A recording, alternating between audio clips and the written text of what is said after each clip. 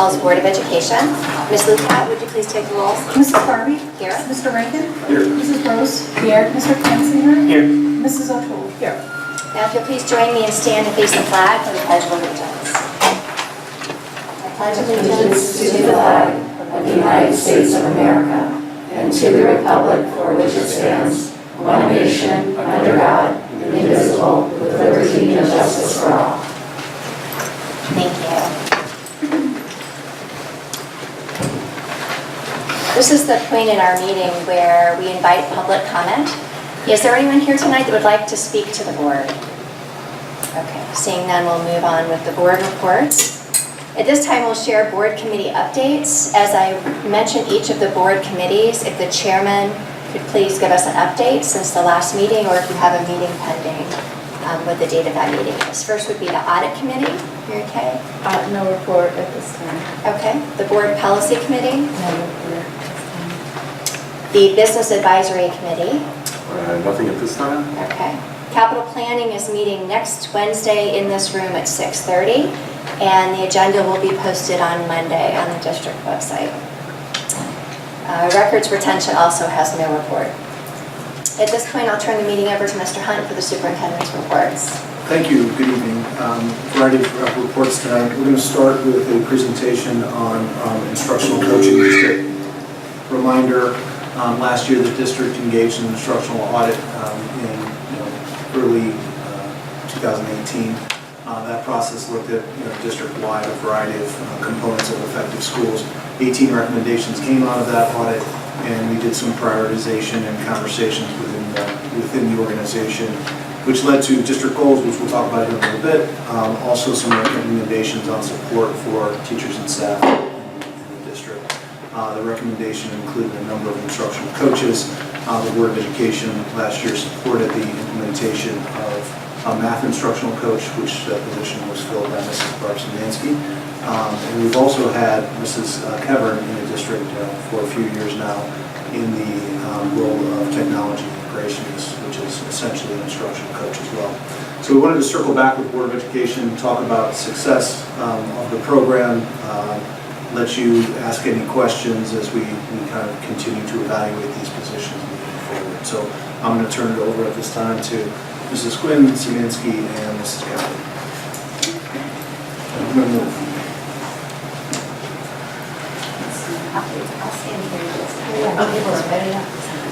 Well, we appreciate the opportunity to be here this evening. With me, Barb Szymanski, our K-12 math coach, and Nancy Chagrin, our instructional coach in technology.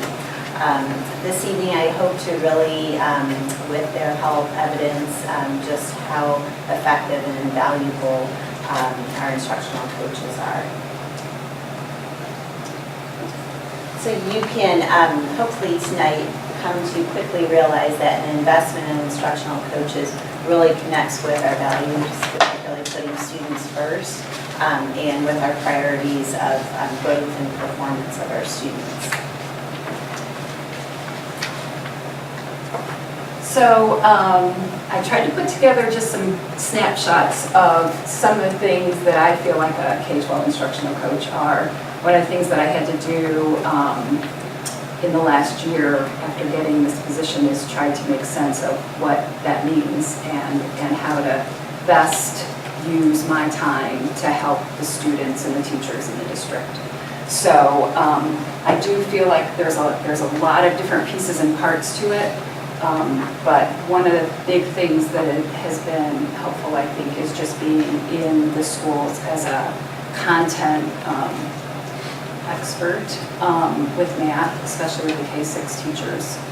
I do know that this year has been a time when I've tried to develop relationships with them and just develop kind of a trust of just getting to know them. So just also taking a look at data and trying to make decisions based on that. I do try to portray myself, and I know Nancy's the same, as not just a teacher, but as a learner, that we're all learning together. And there's a lot of times that I don't know the answer, but I have the time that I can go research that answer or find the resources for the teacher.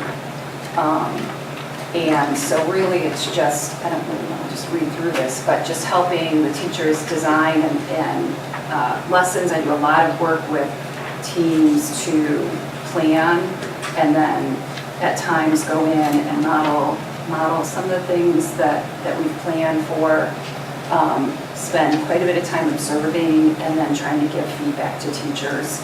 I just talked with a teacher this morning. I've been in the room for 2 days, and I said it's just a very different perspective to be able to see the classroom from the back of the room.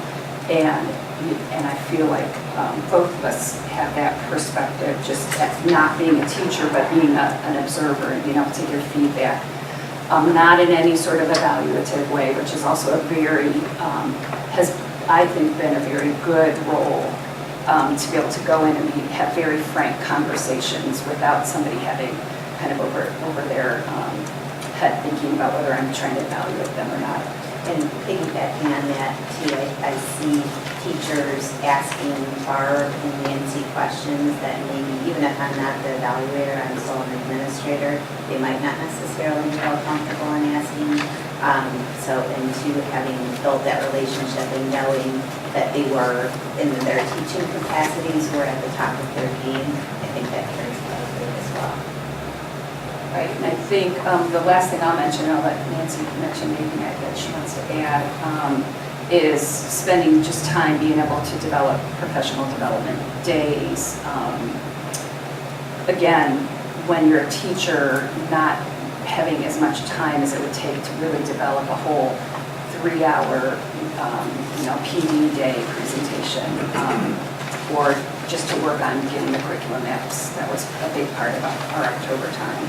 So I don't know if that was up more than I should have done. No, that was perfect. And the only thing that I would add is that when you develop those relationships, you become a resource, and people will text you or call you or stop you in the hallway and say, I'm struggling with this, or I have an idea.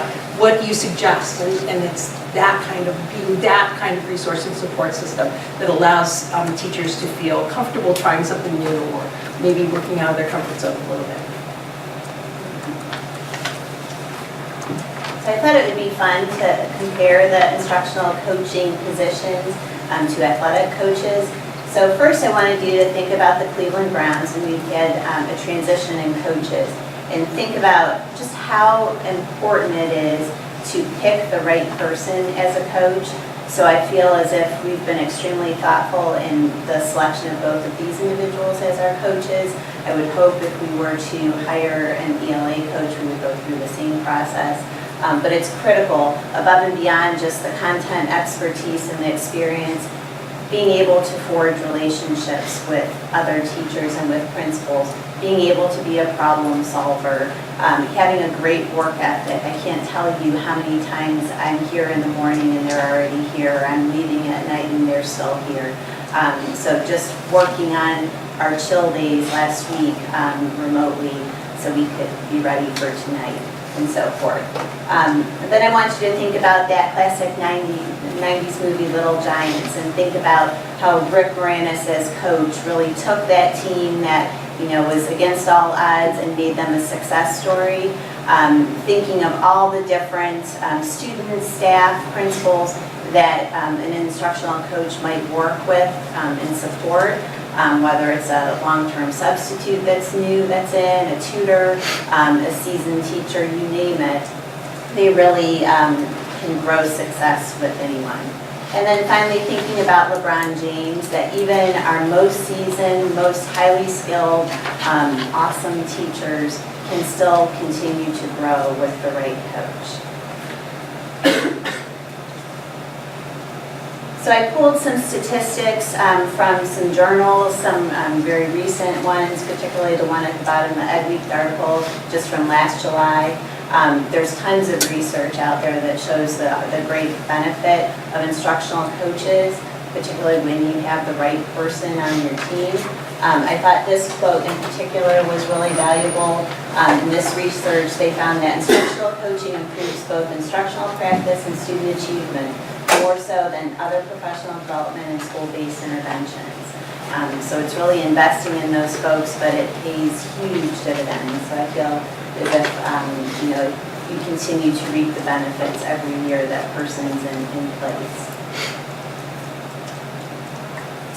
I conducted a Google Forms survey of area districts to kind of gather some data as to not only the number of coaches they have in place, but in what areas those coaches fall, and then relative to the district enrollment, realizing too, of those districts that are listed there, their needs and their student population might be slightly different. The funding that they might have relative to Title I might influence their ability financially to have more coaches, or there might be a greater need to have types of coaches that maybe we wouldn't need in our district.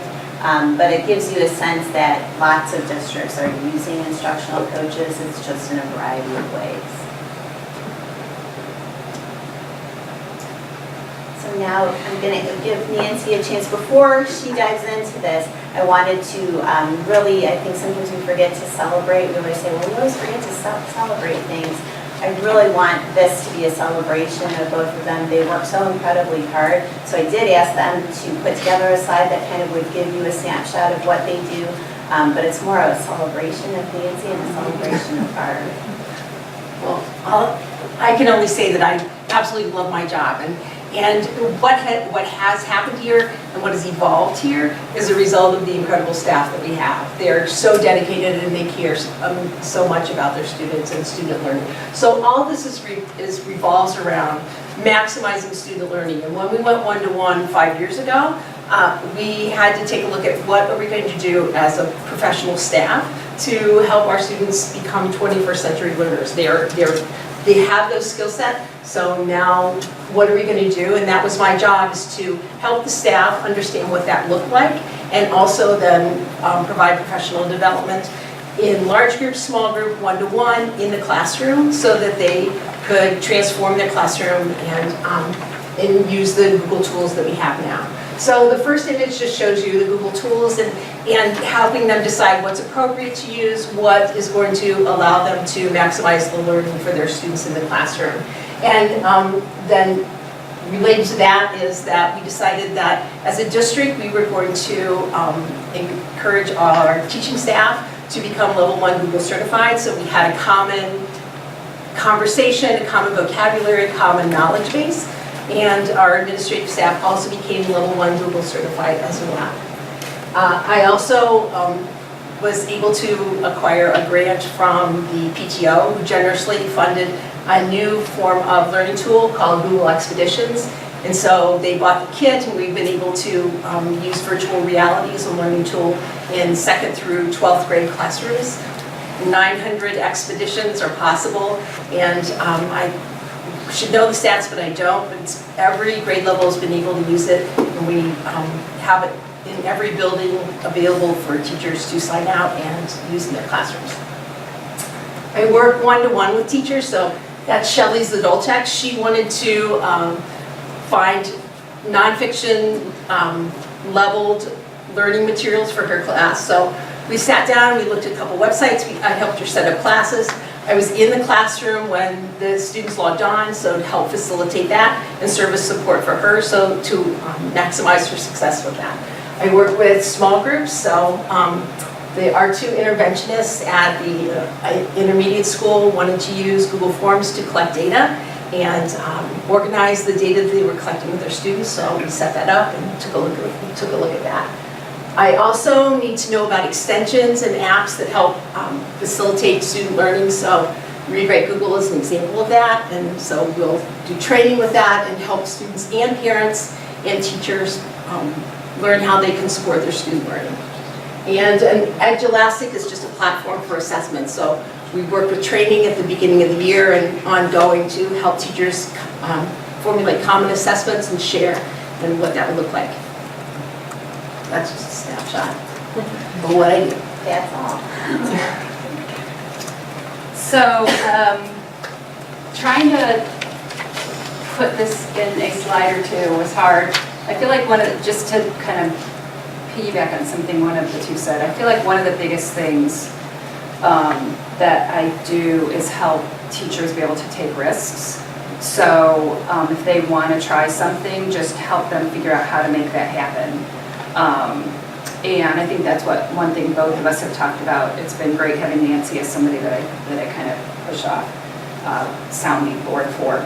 So one of the big things that's being rolled out this year is the Bridges Math program in K-5, which I love. I think it's amazing, and I think as the years go on, it's going to get even more exciting to see what the kids can do because they will have been through the program. The kindergarten teachers absolutely are amazed by it, and really all the K-5 teachers.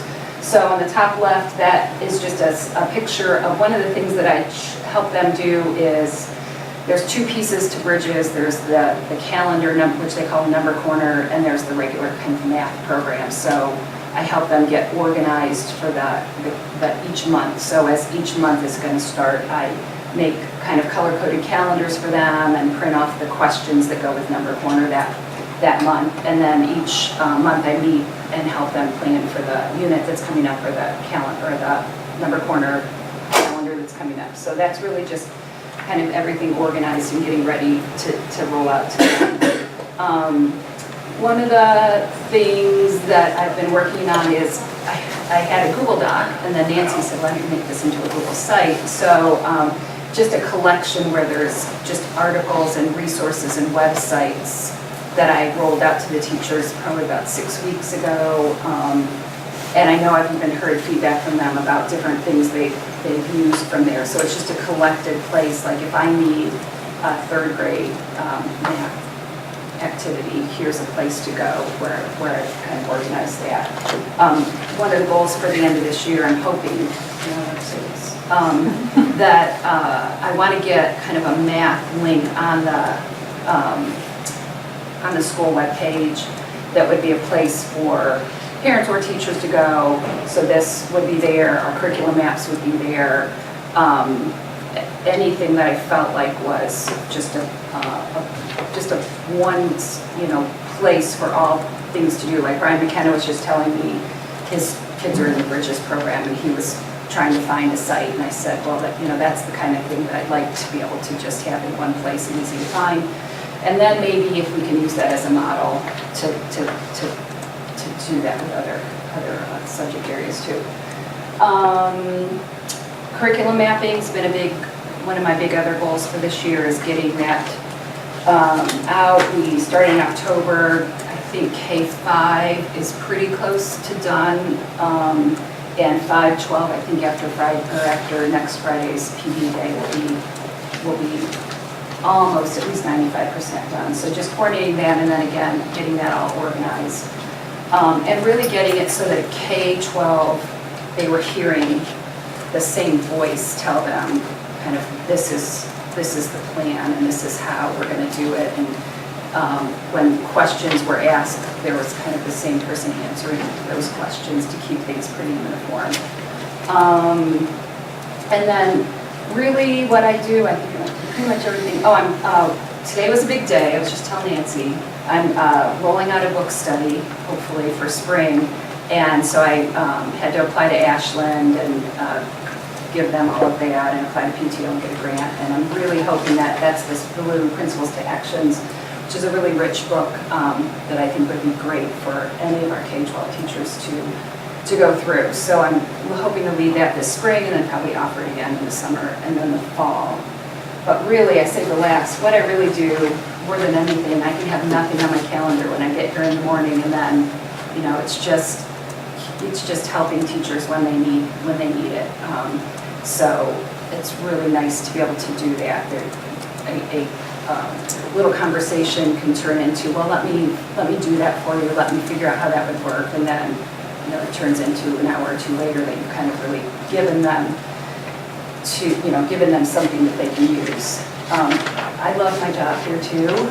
One thing that's nice, I feel like teachers don't necessarily expect to get the help, so anything you do for them, they're like, so, and I'm like, and I have to say all the time, well, that's my job, like, that's what I do, that's what I love, so I miss the classroom a lot, but I get in enough that it keeps me somewhat happy, I guess, with that side of it too. So, probably more than everybody wanted to hear. I love my job as well.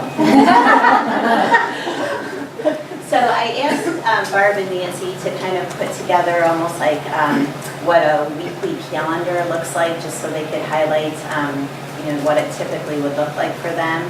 I think this is the point in time where you realize they're not like the Browns coach, they're not like the Cavs coach, where you never see one of them out on the court or out on the field actually modeling plays and actually filling water bottles or doing anything like that.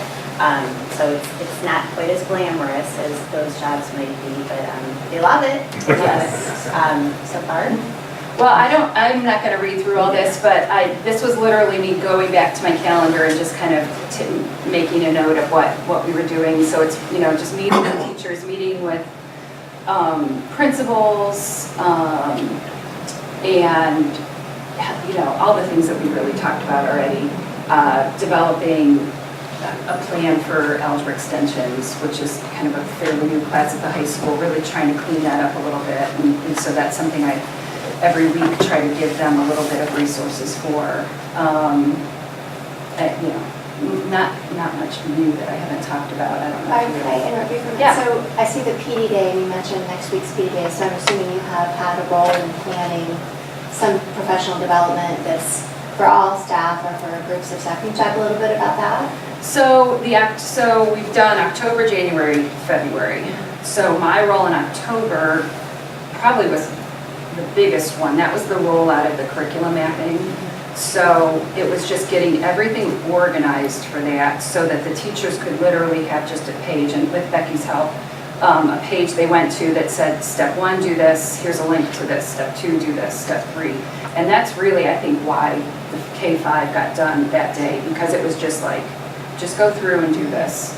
But that's a lot of teachers, so when you think about across K-5, it's every K-3, it's every single teacher, and 4 and 5, it's a number of teachers.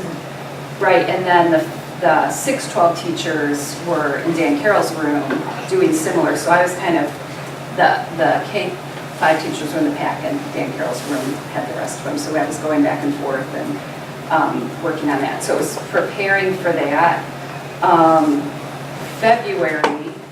January, we had more of that. Becky had all my elementary teachers, because she was doing science with them. So we were fighting over teachers. But the 5-12 teachers, we did mapping in the morning, and then the afternoon with the 7-12 teachers, Dan Carroll and I spent really the majority of the afternoon really working on a vision for 7-12 math. So he and I together planned the afternoon. And February is coming up. We'll finish up mapping in the morning with 6-12 teachers. And then Sarah Reed and I just talked today, and I'm going to spend the afternoon with like 45 minutes to an hour with the 4th grade team, then the 5th grade team, then the 6th grade team,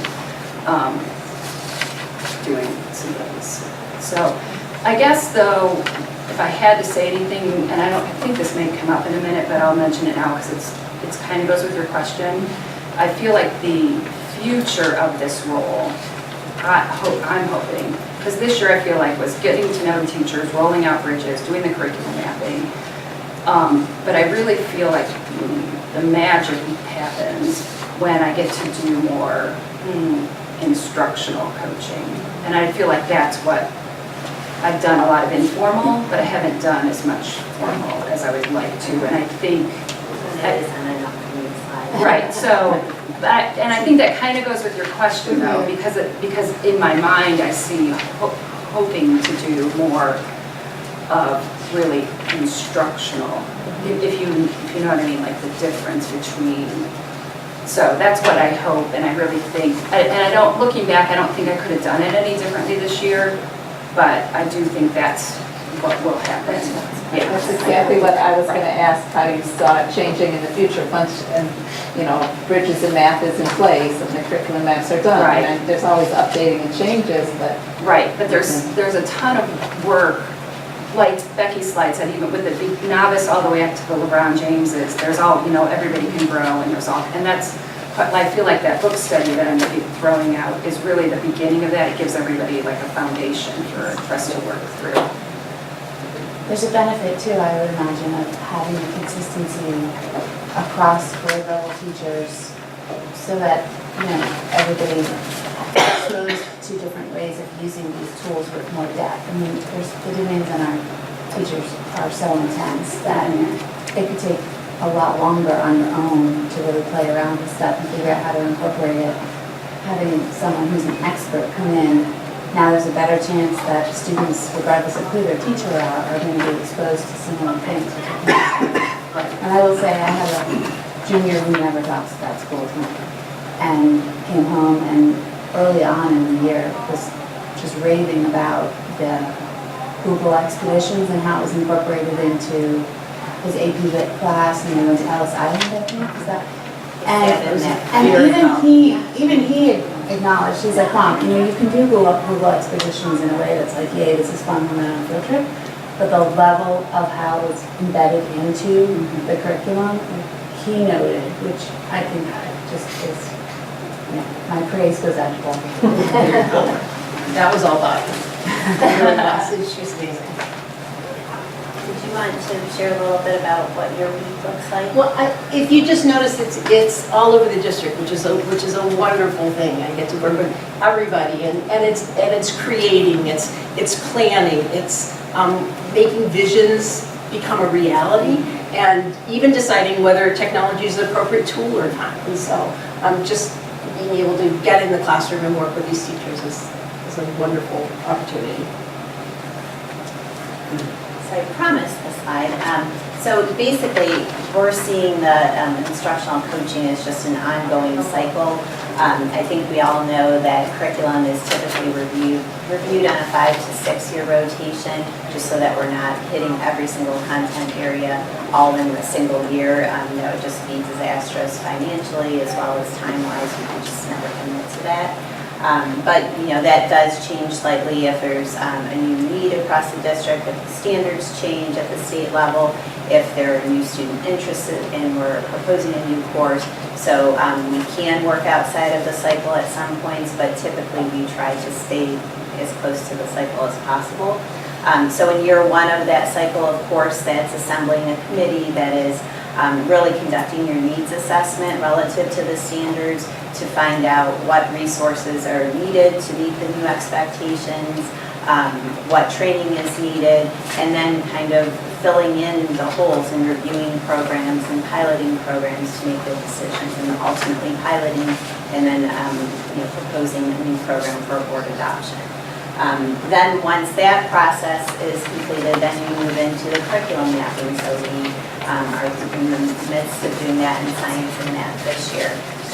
Then from that, we would move into the assessment development and having common assessments and refining those.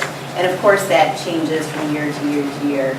And then we're really moving into at least 3, 4, 5 year that kind of what Barb said, that it's really that opportunity to do the true coaching piece where you're really getting into teachers' classrooms, you're modeling different strategies, you're observing them and giving them feedback, as well as analyzing the data that we're collecting and really targeting specific grade levels, specific teachers, specific courses that we need greater attention to. So those types of things would continue to go on. So you can see it's kind of a cycle sprinkled in with, our new teachers that join the district every single year, teachers that are new to a grade level, teachers that are new to a content area, those emergency situations where we have a long-term sub that's in place, a planned absence, a maternity leave where we have a sub in place. So as well as new tutors that we might have in lots of the buildings, are working with our instructional coaches too. So they never have enough time. I mean, it's just they're constantly busy doing things throughout the entire cycle. So next year is not too well.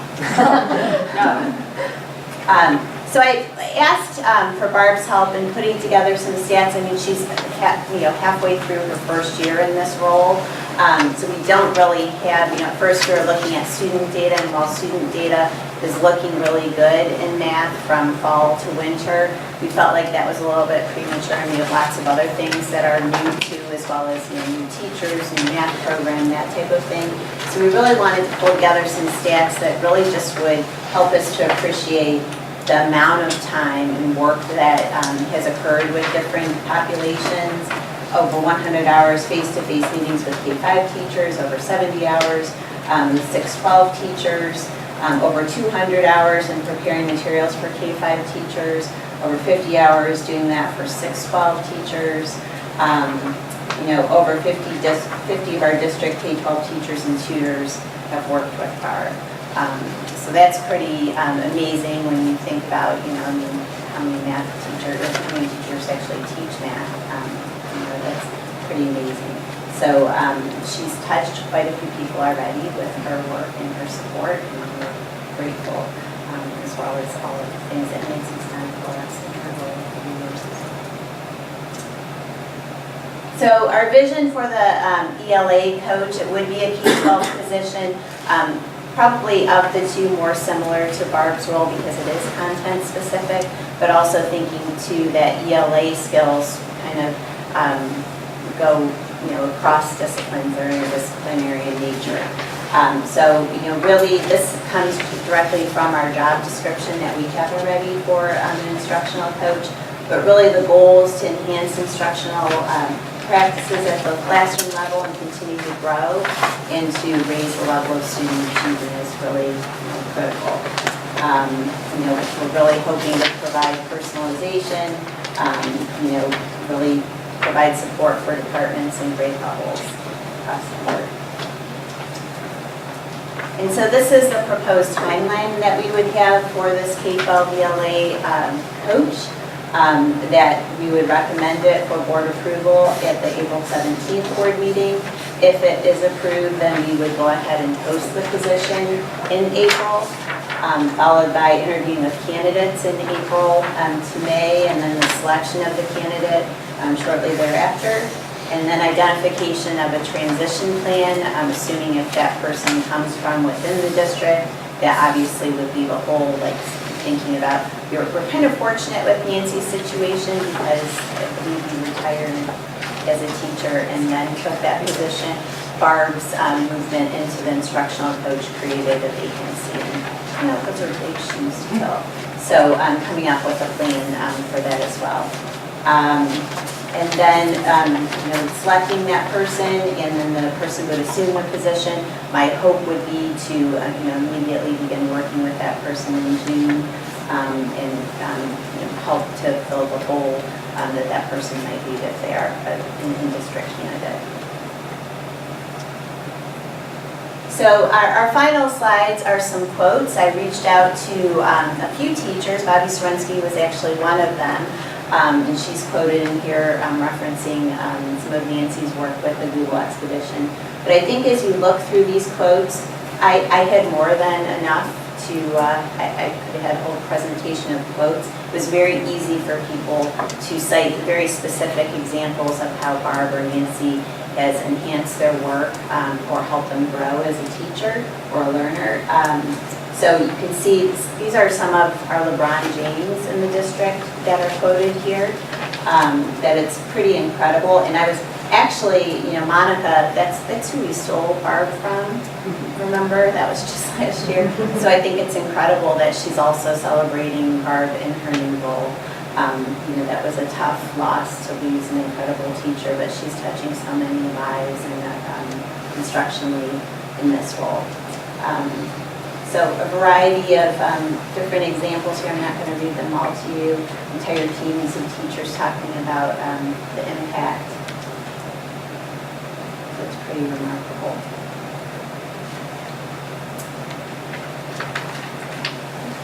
So any questions?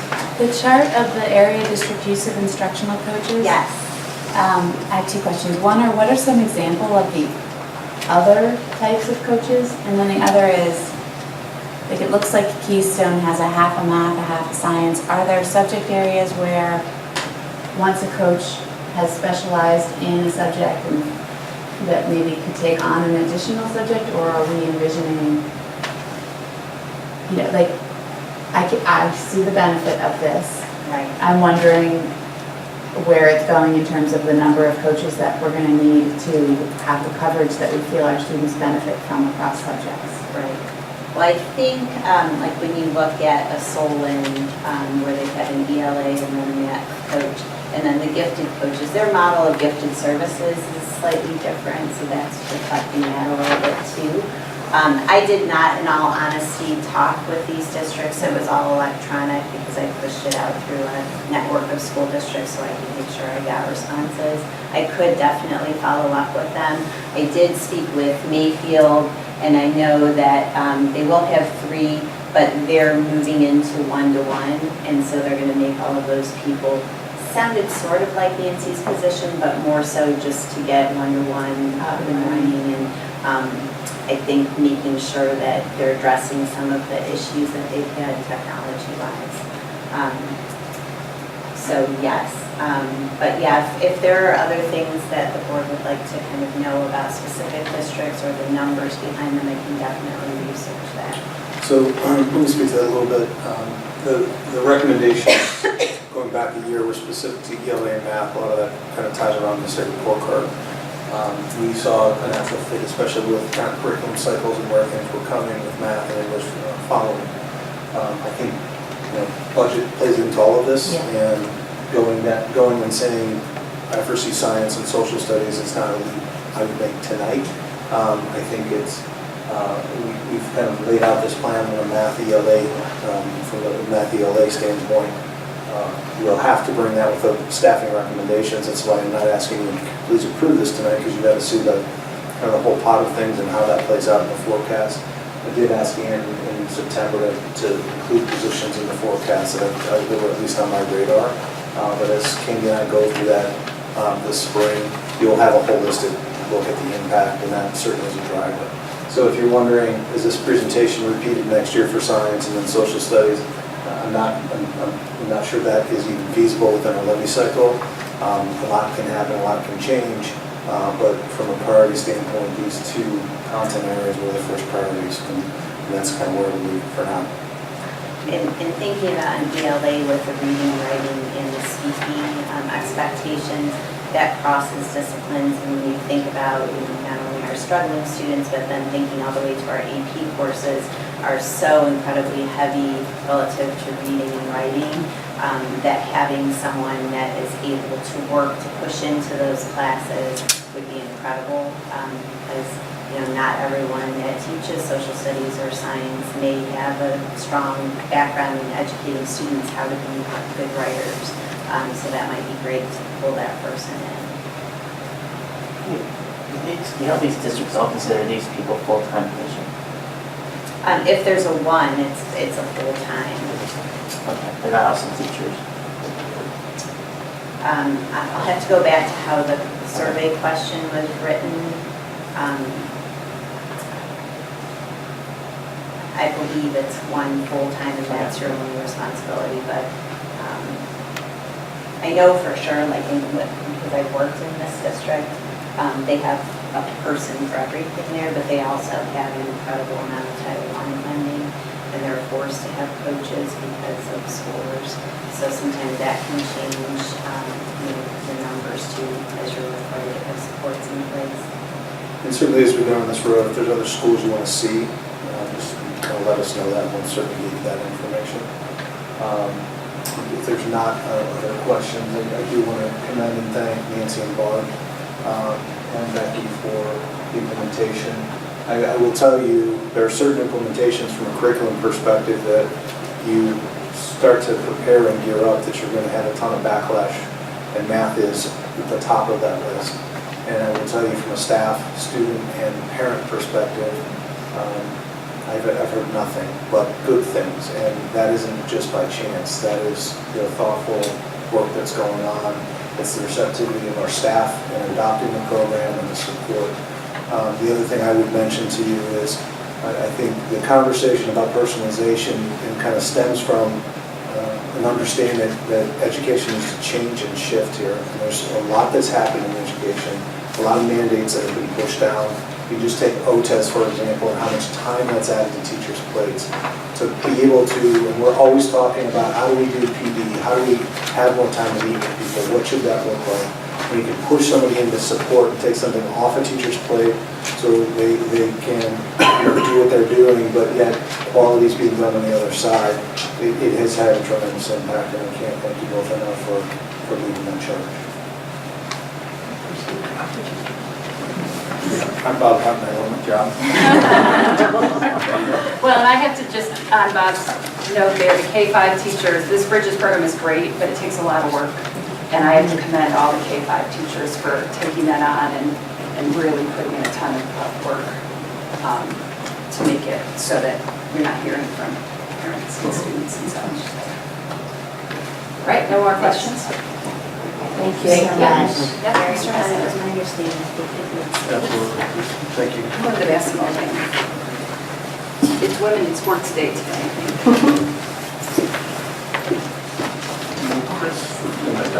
Chris Morse speaking? Yeah. Chris Morse. We're going to jump to the item B on the agenda, which is the entrance project at the high school and Union Elementary. I want to give an update on, I guess, timeline and the reason we're talking about, this project and not doing this project. So I asked Chris to kind of walk through what some of the delays have been with this project, and then asked Carrie to review timeline as it stands right now. So Chris, if you can speak to the delay in implementation of these entryway projects, and then Carrie just cover timeline. Sure, thank you. I'll have Carrie jump in as needed. She's actually been working on the specification recently and looking at bids. So as you know, from a general design perspective, we're looking at adding entranceways that are more secure to the high school in Gurney. We've had some preliminary design work done through TDA that's finalized now, and the bids, we're seeking some bid work now.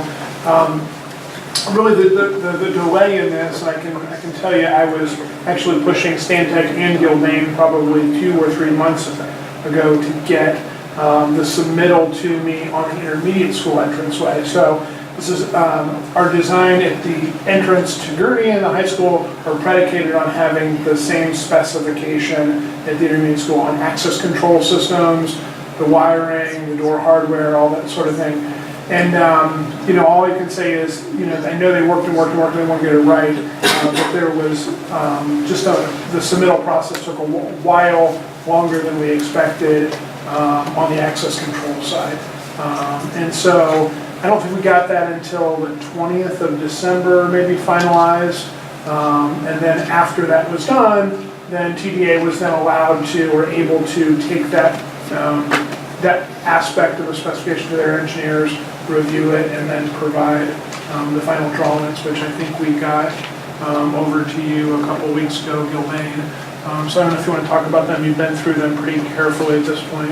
Yeah, I got them about 2 weeks ago. I've been scouring through the documents and the specifications and writing scopes of work.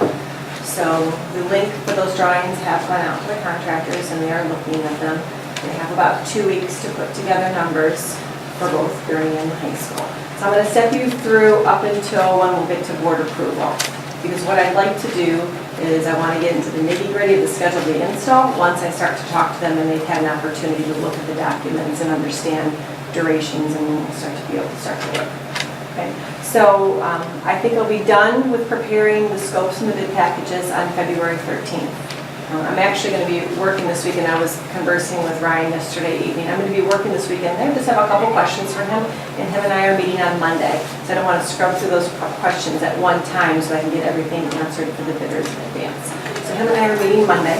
I'm asking for the contractors to provide their pricing on March 1st. Okay? And then that next week, which is March 4th to the 8th, is when I'll review the pricing for all the contractors. And this involves abatement, demolition, general contractor for the soffits and ceilings and grids, and then the storefronts contractor, hardware, and then electrical and technology. So that's who I'll be meeting with. I'll have probably all of that pricing wrapped up on or about March 8th. So I know that at the next board meeting, I might be wrong about this, but I believe the next board meeting in March is the 20th, after that 8th date. So I'd like to look at possibly doing a special board meeting. I don't want to wait until the 20th to go over all of those costs with you, but if we have to wait until the 20th, what would happen then is we'd issue those change orders or contracts around the 21st or 22nd of March, get the shop drawings towards the end of March, beginning of April. We allow TDA at least 2 weeks to review those shop drawings. So if we stick with the board meeting on March 20th, we'll have approval on shops April 20th. And then we can go ahead and start releasing materials. Your longest lead time, as I'm understanding, is the door hardware.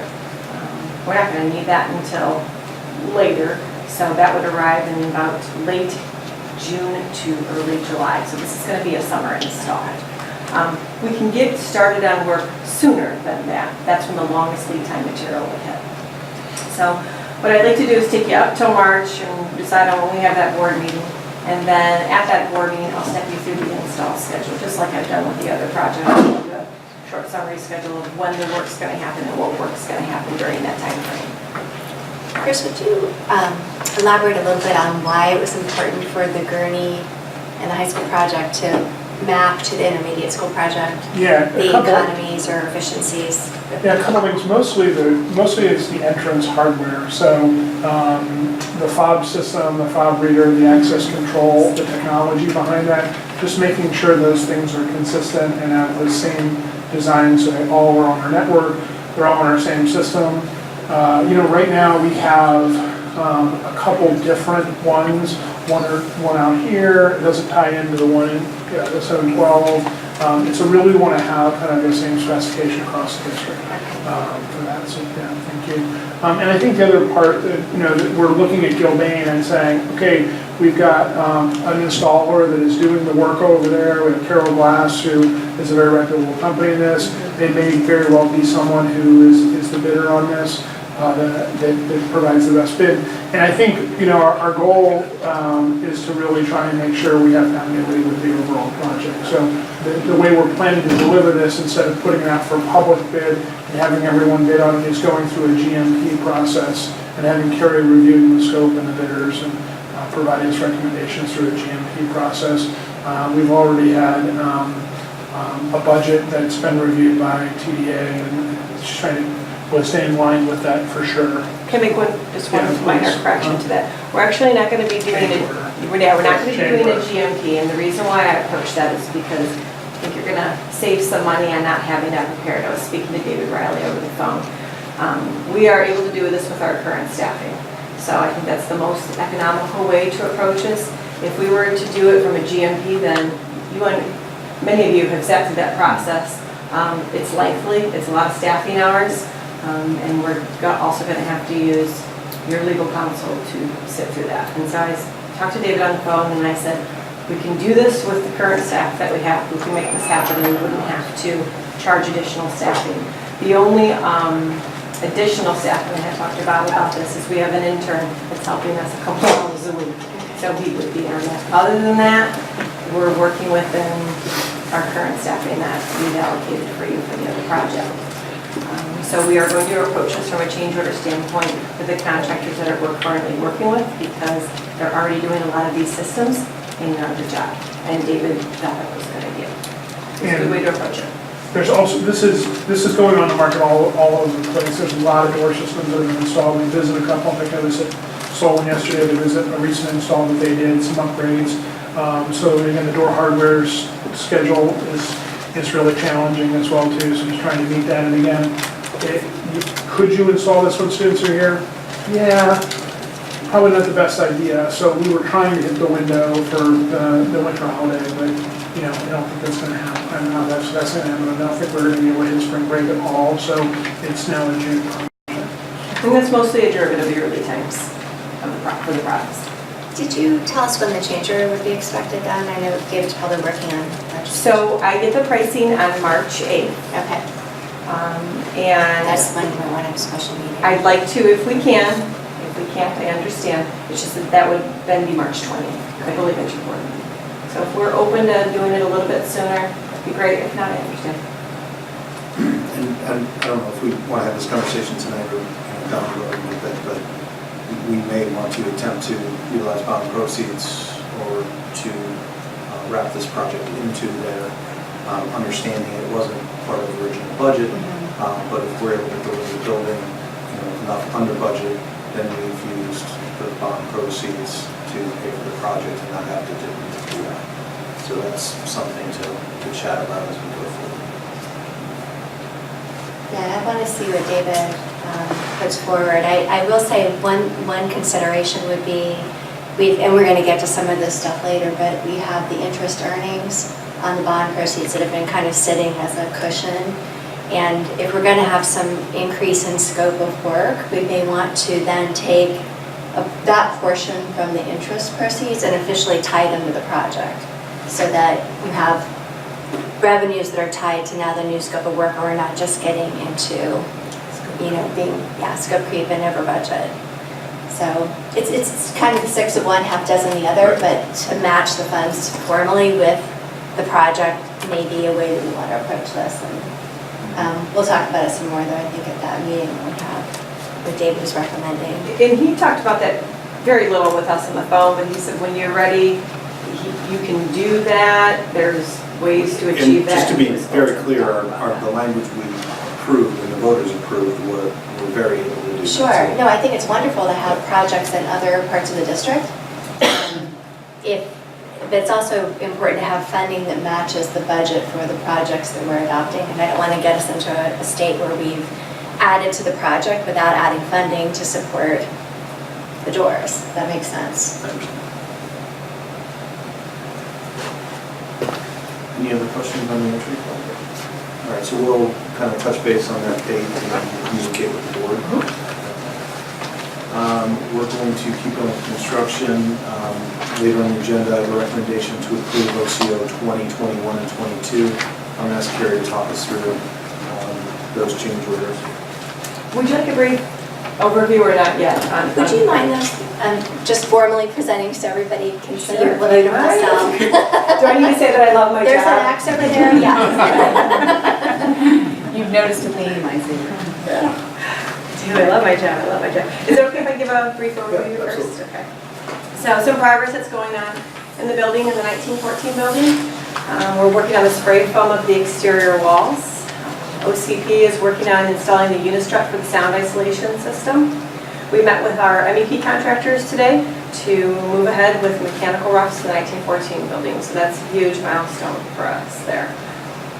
Our stair B, the connector stair, where we had, you were on a recent tour, where we had the roof literally off the building in the stair B stairwell. We're wrapping that up now. The masonry is just getting complete and the steel is scheduled to arrive next week. In the new addition, we are starting taping and finishing of drywall on the 3rd floor. On the 2nd floor, we started drywall this week, and on the 1st floor, we're finishing up mechanical rough-ins. We'll have drywall in there in about the next, I would say, 2 to 3 weeks on the 1st floor.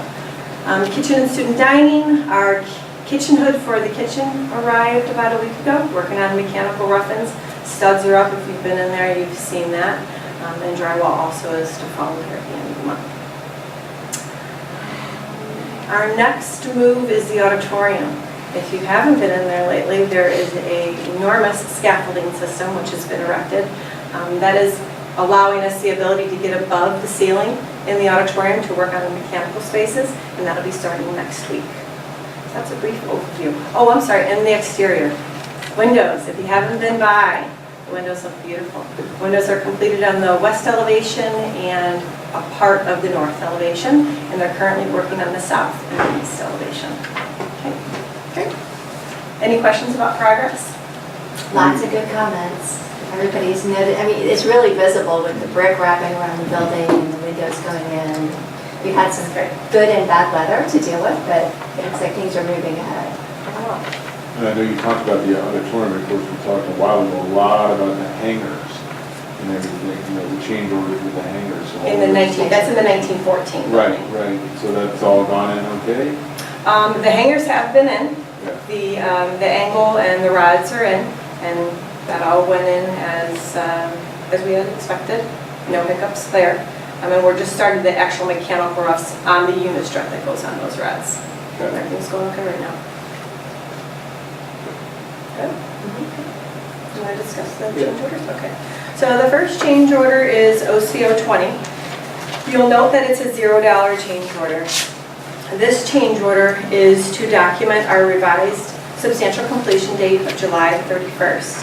And the reason for that is, as we were just talking, we ran into those unforeseen structural conditions in the 1914 building, which required us to put that unistrut system in. So we worked diligently. I want to say the team, I don't want to say just, the whole entire team worked extremely diligently to look at this schedule and analyze how can we make this happen with the summer turnover without there being a very large cost impact.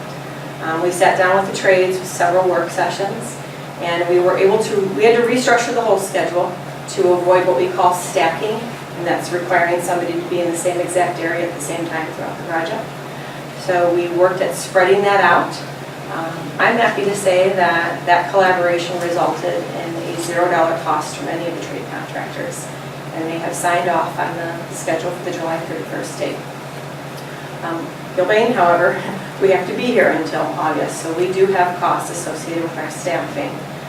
I put together those costs, and they're included in this change order, but you'll note that right now we're taking that out of CM contingency, and we've agreed to loan that contingency. If we get into the situation where we expend the contingency, that would have to be reimbursed. If we don't, it just comes out of there, and whatever is unused goes back to the district. So that's the purpose of that change order. Any questions on that one?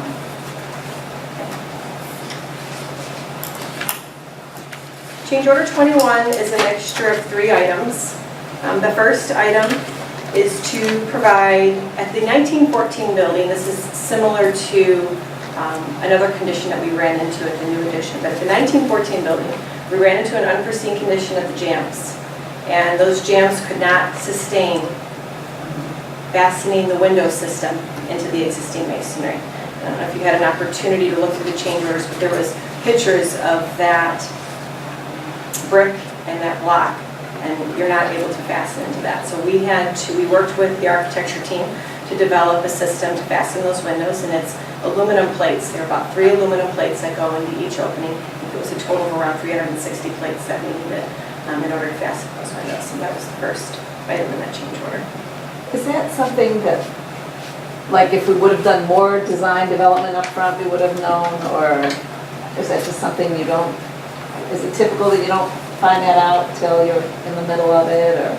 That's fairly typical. We would have had to pretty much open up those windows.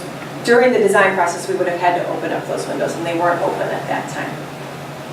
So I would say for a renovation, that would be a typical unforeseen condition. The second item is the reconciliation of the bid package 05A, which was your structural steel trade allowances. So it was a return of unspent trade allowance money that was credited to this change order. And then item 3 is the last part of Bulletin 10, Civil and Structural. That's that MEP attachment system. That was for the sprinkler system and for the sound isolation system. We had to add some unistrut. So that's the balance of the costs for Bulletin 10, Civil and Structural. Any questions on that change? The last change order is change order 22. This is made up of 3 items. The first item is Bulletin 3. I talked to you about this in a previous board meeting when the architecture team submitted the drawings to the state of Ohio. They made a revision to the standpipe system. They wanted it relocated from the location that was initially shown into the intermediate landing. So we had to relocate some of the sprinkler feeds, the hose cabinets, and the location of the standpipe. There are some masonry openings that had to be done to allow for those cabinets to be recessed within the stairwells, and we're performing that work on T&M to better manage that cost. Item number 2 was for an RFI. It was a request for information. There were a couple lights that needed drywall adapter kits, and so it was to add the cost to be able to put those lights in the drywall. That's the drywall adapter kit. The last item is Bulletin 5. This is made up of several items, and if you don't mind, I'm going to have to read it off here. I don't have it memorized, but So Bulletin 5 included custom music shelves for corridor 337 and some custom band open shelving. And Beth might be able to better speak to this, but I know there was a programming discussion, and initially there was standard casework for those areas. And after that discussion, that design discussion, I think from a usage standpoint, it was better to go with custom in those areas to better serve the programming. There was a change to go from, I apologize. In the makerspace room, there were some modifications adjusted there. We added a sliding marker board. There were some coat hooks added. We deleted some drywall in the 1914 building. Like I said, this is a miscellaneous changes throughout. We eliminated some cubbies as well as some countertops. That was one of the value engineering that we had taken earlier on. It's realized here. As well as we eliminated some casework and casework tops in another area of the building. I know the elevation. That is in totality that change order. Any questions in regards to that?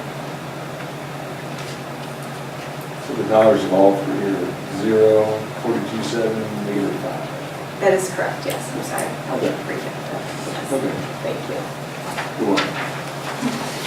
So while you're standing up here, Terry, if you can join the conversation, we've got a recommendation to increase the Terracon contract. The board initially approved I believe it was a $50,000 item for Terracon. At that time, we didn't know additional testing would be needed. I think we have a better understanding of what it would take to finish the project, but you can talk us through a little bit about the additional services or what this is before we ask the board to approve. Yeah, let me take a shot at the beginning. So we had a $75,000 soft cost budget for the owner to pay for this testing. This testing is very difficult to predict what the final number will be, because even though there are certain mandated items that have to be tested, when you get to test them, how frequently the testing company has to come out and take samples really can have a big impact. And it's really tied to the schedule and to the productivity, what's best for the schedule. So frankly, sometimes you can spend a little more on testing because you have to have them come back out more often, which allows the construction to get put in place more efficiently. But we had predicted it really was an estimate. $75,000, that ought to be enough. Right now, we've spent about $62,000, and to get us to like $90,000, it is what I would call the final estimate.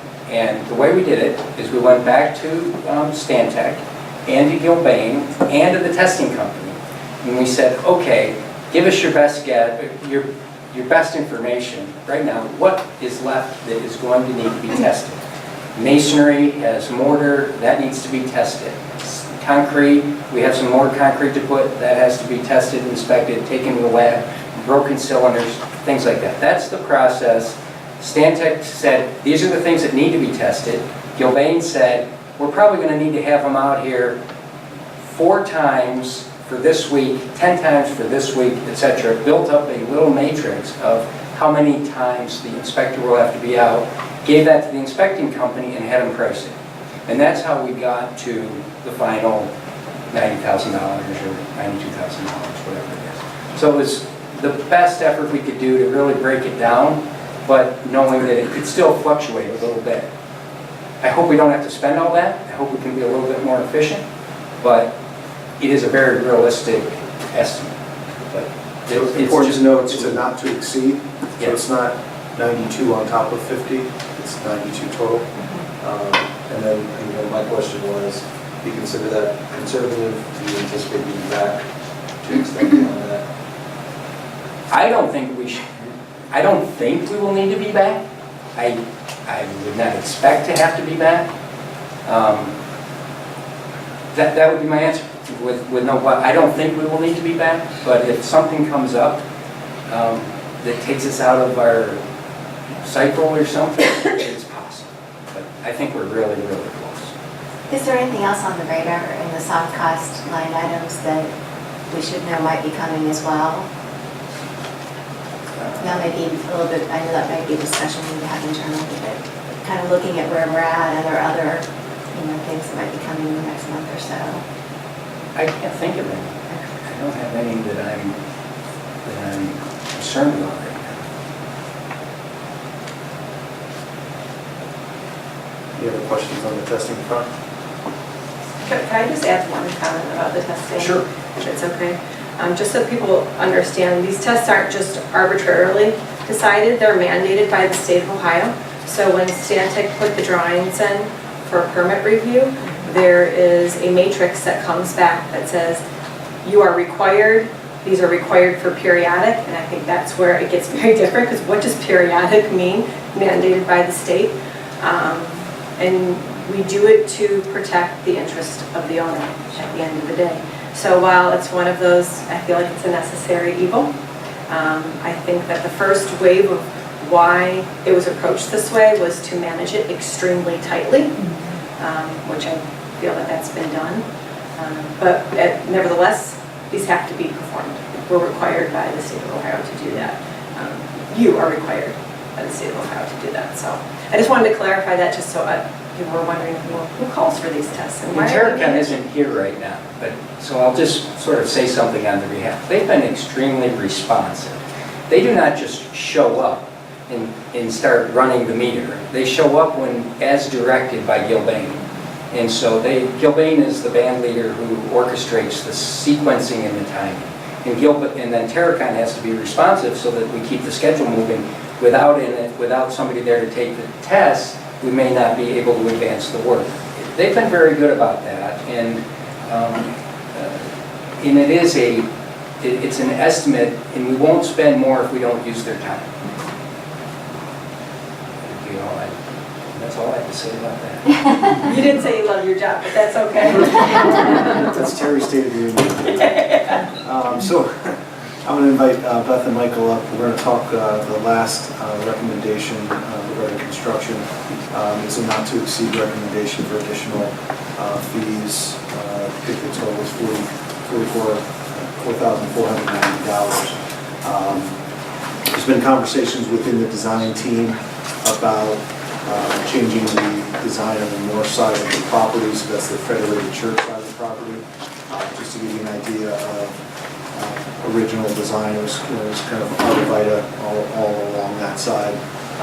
Local resident and had requested that we consider not putting those up.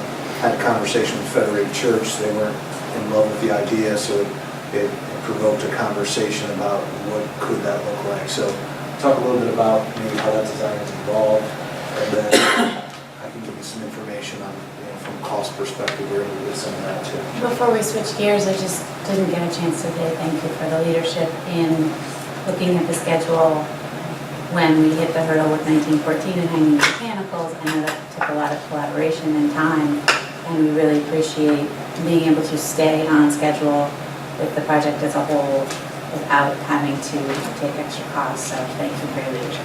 Thank you. Sorry. So these landscape changes are, as Superintendent Hunt indicated, it was primarily a reduction of scope of plantings on the north side. And then we also looked at some other plantings. I think we're just removing some plantings on the north side of the school. And then that carried over to the south side, and we're looking at reducing the amount of planting on that. So it's a big enough change when that all told that we do need to go back to planning and zoning to get it approved. And the net effect is it's a reduction in landscaping, fairly significant reduction in landscaping. So it's a cost savings to the school.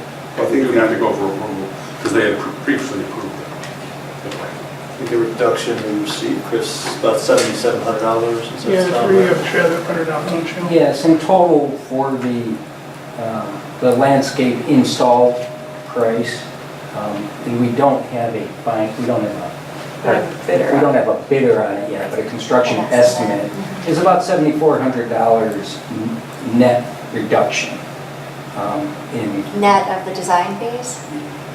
No, it would be the reduction Of the installation. So it's like $11,000 deleted Okay. for arborvitae, Mhm. and then some spend back for new trees Okay. and new shrubs. Okay. And so the net reduction is about $7,400. Then we have design fees on top of that. So in total, it is a savings And of the about changes, $3,000. and the changes to some of the plantings was partially as a result of our conversations with the church. Just there's a good discussion with them about the type of plantings they would like to see that reduced maintenance and mess on the ground in the fall.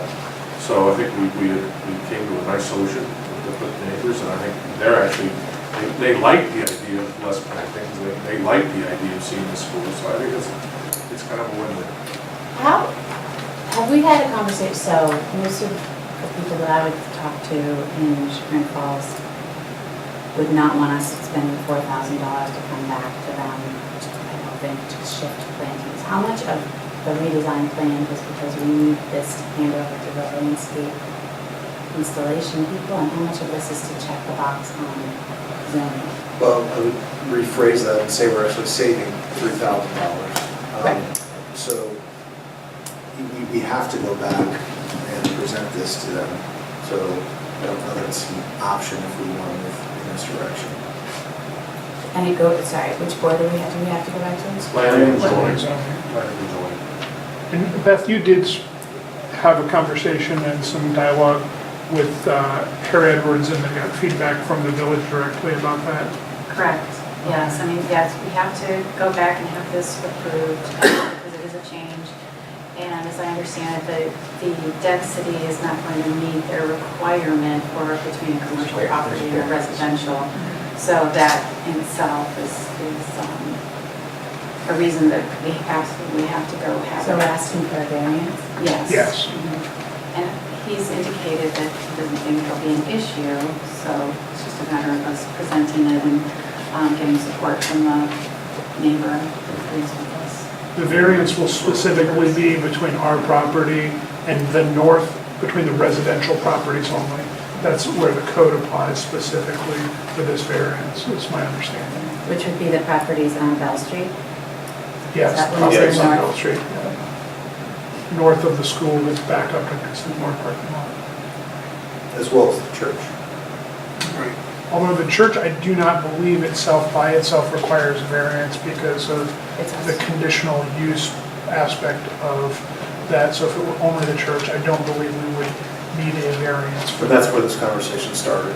Yeah. We looked at that as a potential cost savings. We wanted to engage the church and say, is this something we're looking forward to? That evolved into, well, not really. And then we looked at that whole property line and said, aesthetically, residents, federated, this makes sense. Let's move in that direction. So I understand the ultimate cost savings. It's just, it's also a reduction in what we're receiving too. So it's a cost, right? Like we had $11,000 worth of plants that were coming to us. Now we're going to get $7,000 worth of plants on the property, and we're going to pay $3,000 to redraw stuff. But I'll speak for Rich up Washington. We also saved ourselves a ton of maintenance in terms of arborvitae on long term. And I totally agree that it's the right decision, and I thank our neighbors for saying it's unnecessary, and if it saves on maintenance long term, that's fantastic. I'm just wondering if there's a creative way to work with the village to achieve the variance without spending $3,000. I've done stuff with the village, and you can literally pen and pencil sometimes, just not doing that anymore, and that's a question that I would like to understand. Part of, Michael and Beth can speak to it, but just so you know, part of what they have said is that their fees for preparing, administering, attending meetings, answering questions is an estimate not to be exceeded. So if we manage through that process more efficiently than the quote, it won't all be spent. It's not going to be for free. Clearly, they're going to be paid for their time to change the plans, have a consultant manage, things like that. make the presentation boards and all that sort of stuff that is needed. But it isn't a sure thing that all of that will be spent. They have provided a not to exceed amount. Who's attending the planning and zoning meeting? Ivan, Okay, so just one representative? and No. Rich, Okay. and Saskia Hartman. And Ivan was at the last planning and zoning, so there'll be some continuity. And that's actually another board meeting. Yeah. So Chris will be down there Okay. on behalf of the district. Yeah, And February. our sound man will be there as well, so we want the sound man. Well, thank you for getting the overall costs, because when we first received information, you certainly have the question of, okay, there's additional design fees. Well, obviously, they need to offset the savings, right? We need to have more savings coming back to us to even be considering a variance, otherwise it doesn't make any sense. So thank you for bringing that information tonight. I wish it were more. We'd like to have more savings, and if there's a way to shave the design fees in any way, because I think planning and zoning can be very straightforward, and I don't know if you can X out the arborvitae. But a change like this may not require the same level of preparation that the original plan does. Does the gate and fencing also, did we need to go back to planning and zoning anyway, even if we were requesting this variance, because of the final I details? believe the answer is no. They've Okay. already approved the fencing, they've approved the gates, based on very little information, I will admit, but that's approved. We see no reason why we need to bring that up with the signage and the gates. We've already got approval for that. Okay, So we don't think we need to go back to that. okay. Great, okay. Well, thank you again for bringing us all the information. And I know you're going to work as hard as Carrie does to keep the costs down so that we can save every penny. You come close. I work every Saturday too. So out of respect for your evenings and a respect for our budget and timing for having you here, thanks for coming and have a nice ride home. Yeah,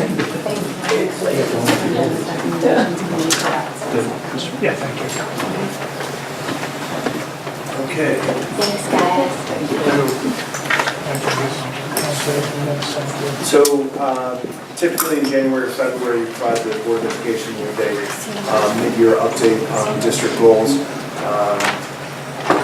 Have a clicker? Who had it?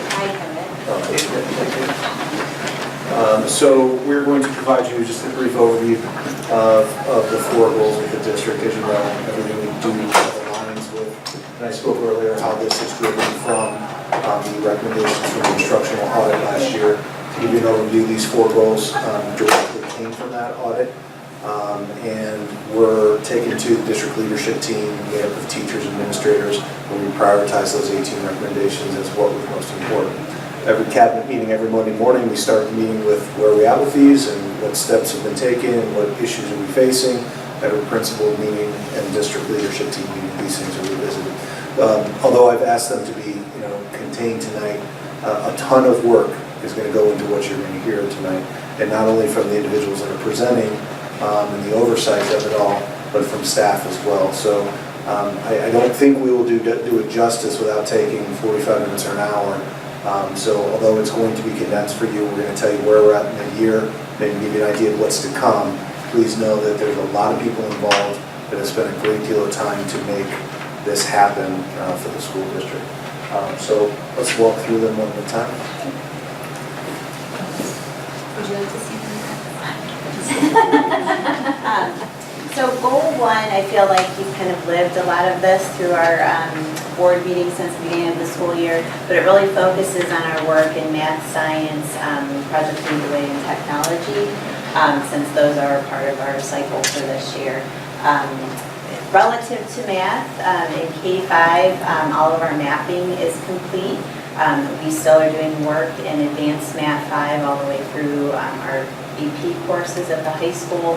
We will use our upcoming PD day for that purpose, and then any leftover needs that we have will either tackle through the remainder of the school year or do some in June.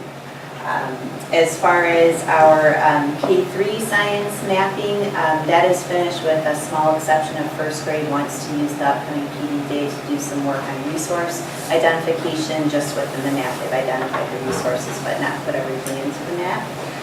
In grades 4 through 12, there will be quite a bit of mapping work happening during our next PD day in science. I will be meeting with our 4 through 4-8 science teachers on our PD day for the purpose of doing curriculum mapping, as well as our 4-10 teachers to do some vertical alignment work. As far as Project Lead the Way, they have started their mapping. They're continuing that work on the February PD day. Most recently, Kelly Schanenberger, Kelly Purcell, who was our previous Project Lead the Way teacher at Gurney. She just completed the lead teacher training electronically this past weekend, so now she's officially able to formally train Sally Gallick, that is Sally Clarkwoods, who's our new teacher at Gurney for this year. Informally, of course, they've already met and done planning, so Sally obviously knows kind of how the program works, but we can make it official now. As far as, so we will continue the work in Project Lead the Way mapping. And then with regard to computer science, the ODE again has promised updated standards. They still have not been released. They were supposedly approved by December 31st of last year, but we have not seen them. I see Carolyn Petit almost daily, and we're both just floored that that hasn't happened yet. But nonetheless, the AP computer science mapping at her level has, with Emily Beal, has started. That kind of runs kind of aside of the state standards anyway, because they're above and beyond the K-12 standards. She has advanced data structures that will be informed somewhat by the computer science standards. So we'll cross that bridge when we release those standards. So that kind of summarizes or gives you the highlights of our work relative to Goal 1. I don't know, do we want to pause for questions relative to Goal 1 before I proceed? I might throw you a little for a loop here. Okay. If you were talking to somebody who didn't understand education at all, Sure. and explaining to them the importance of curriculum mapping Sure. on how it affects our student achievement, what would you say? Well, I mean, it's just like a map to get somewhere in your car, that it really lays out where are we taking students, how are things connected, what resources will we use to get there, what supports will we use, what assessments will we use to know whether students mastered something. And our intent, and Barb Inkle, that is not only in math, but with all of our curriculum maps that we're working on this year, to transparently post them to the district website, connected to the curriculum page, so that families can click into those. So I've been very cautious as I've been meeting with teachers, saying that you might want to make 2 versions of your map, because if you're putting a link in your map to the assessment that you're going to use, Right. unless you want to see the assessment, you might want to just remove the link. Yeah. But nonetheless, so that's kind of how I would explain it. We're using a common template, so across K-12 you would see kind of the same columns with the same headers.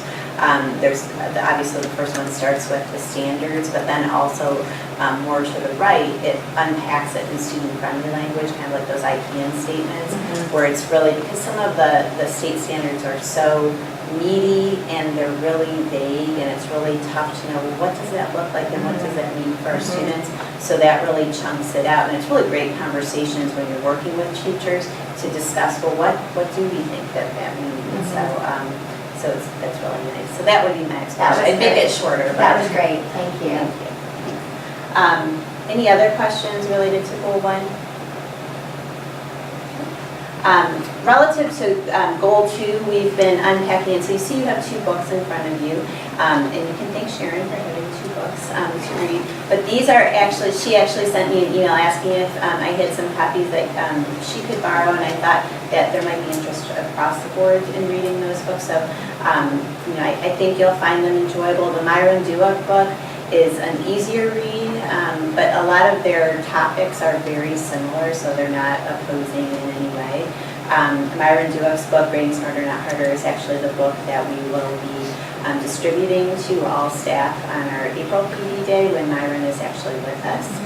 So that will be exciting. So we completed the Grading Smarter Not Harder as a book study with our administrative team last school year. This year we're doing Fair Isn't Always Equal with our DLT, and we're unpacking that through each DLT meeting. We do different activities. There are required reading assignments. We have several people taking it as a 1 credit or 2 credit course with me as the adjunct through Ashland. So there's some extra work on them as far as preparing the rollout for next year. Most recently, Bob and I, and Lisa for part of the time, had a conference call with Myron Dueck, who is the author of Grading Smarter Not Harder, and that was on Monday. We planned kind of out our April PD session. So he will be with us the whole day, which is as a result of the generous lending from PTO last year. So that paid for books for the entire staff, as well as bringing him from British Columbia all the way out to us. So that morning he will be in the PAC and will present to all staff. So it will be the book kickoff in the PAC lobby. All teachers will walk away with the book. They'll go into the auditorium and then be with Myron Dueck for over an hour. He's been asked to kind of cater his presentation to kind of an overview, getting people excited about reading the book, about unpacking it with staff in their building. And then he will transition into immediately after work with each of the building leadership teams. All of our building leadership teams are getting advanced copies of that book so they can start reading. And the principals worked with their BLTs to identify topics that you'll find. There are actually the chapters in the book, 2 to 3 of those for the building to tackle kind of going into next school year. So on that April PD day, he will work with them and kind of talk through, well, what could that look like and what types of things, how do you want to organize that rollout in your building next year? So that's really exciting. Have we considered goal 2 incorporating at some point early on a group of students for their impressions on these changes or thoughts as we're considering them, and possibly parents separately as well? I think both are incredibly important. I think as adults we need to have common understanding. I think that a lot of the topics, I think even when you start reading those, you'll think about our teachers and how invested they are in their day-to-day work, and it's a really sensitive topic when you start talking about grading.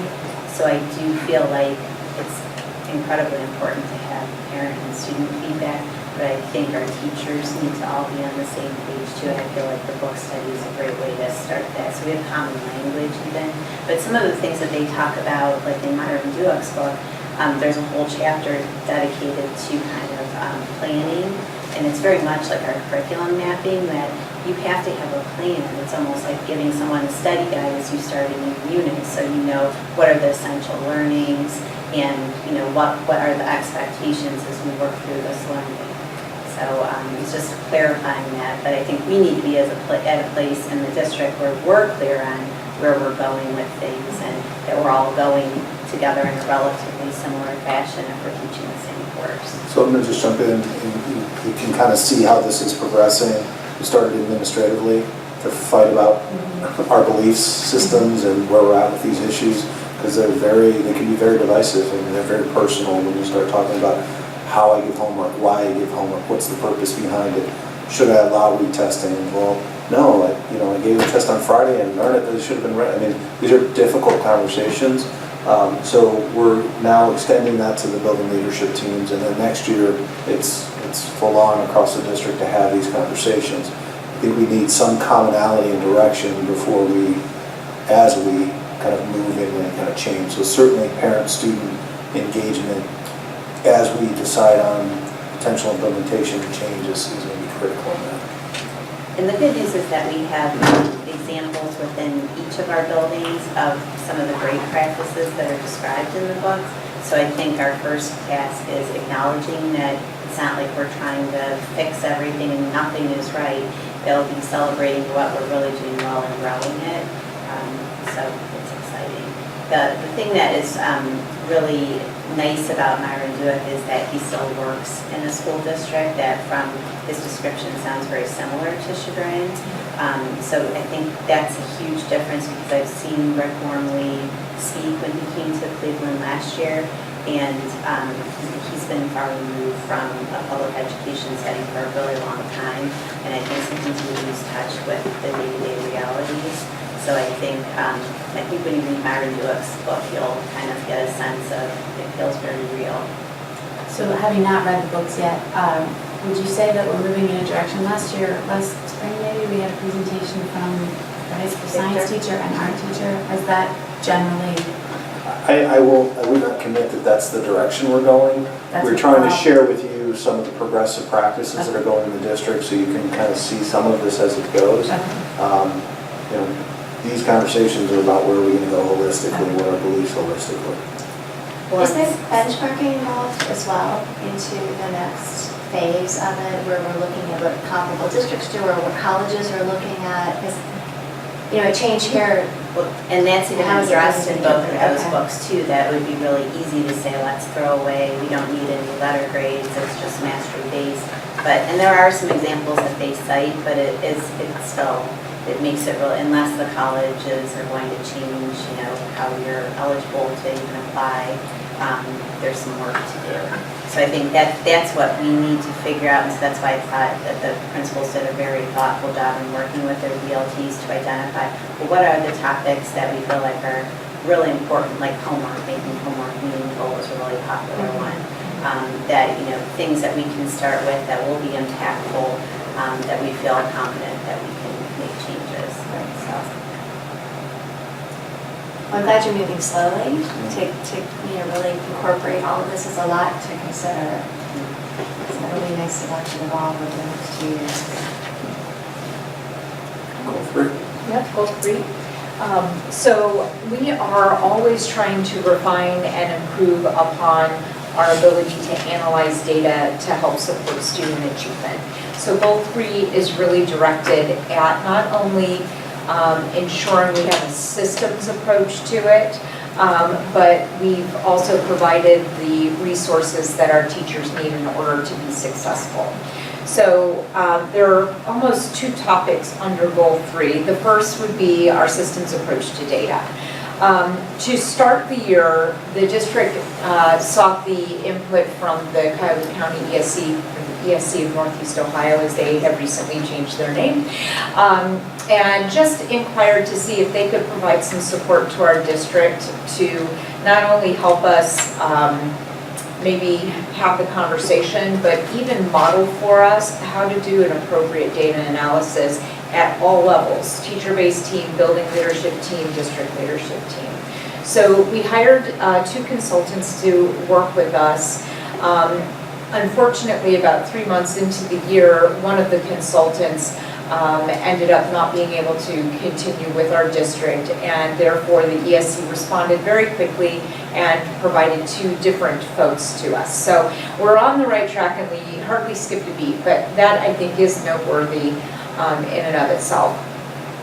The 2 data consultants with whom we're working currently have had the opportunity to not only plan with the principals individually, but to plan with us as well from the district level.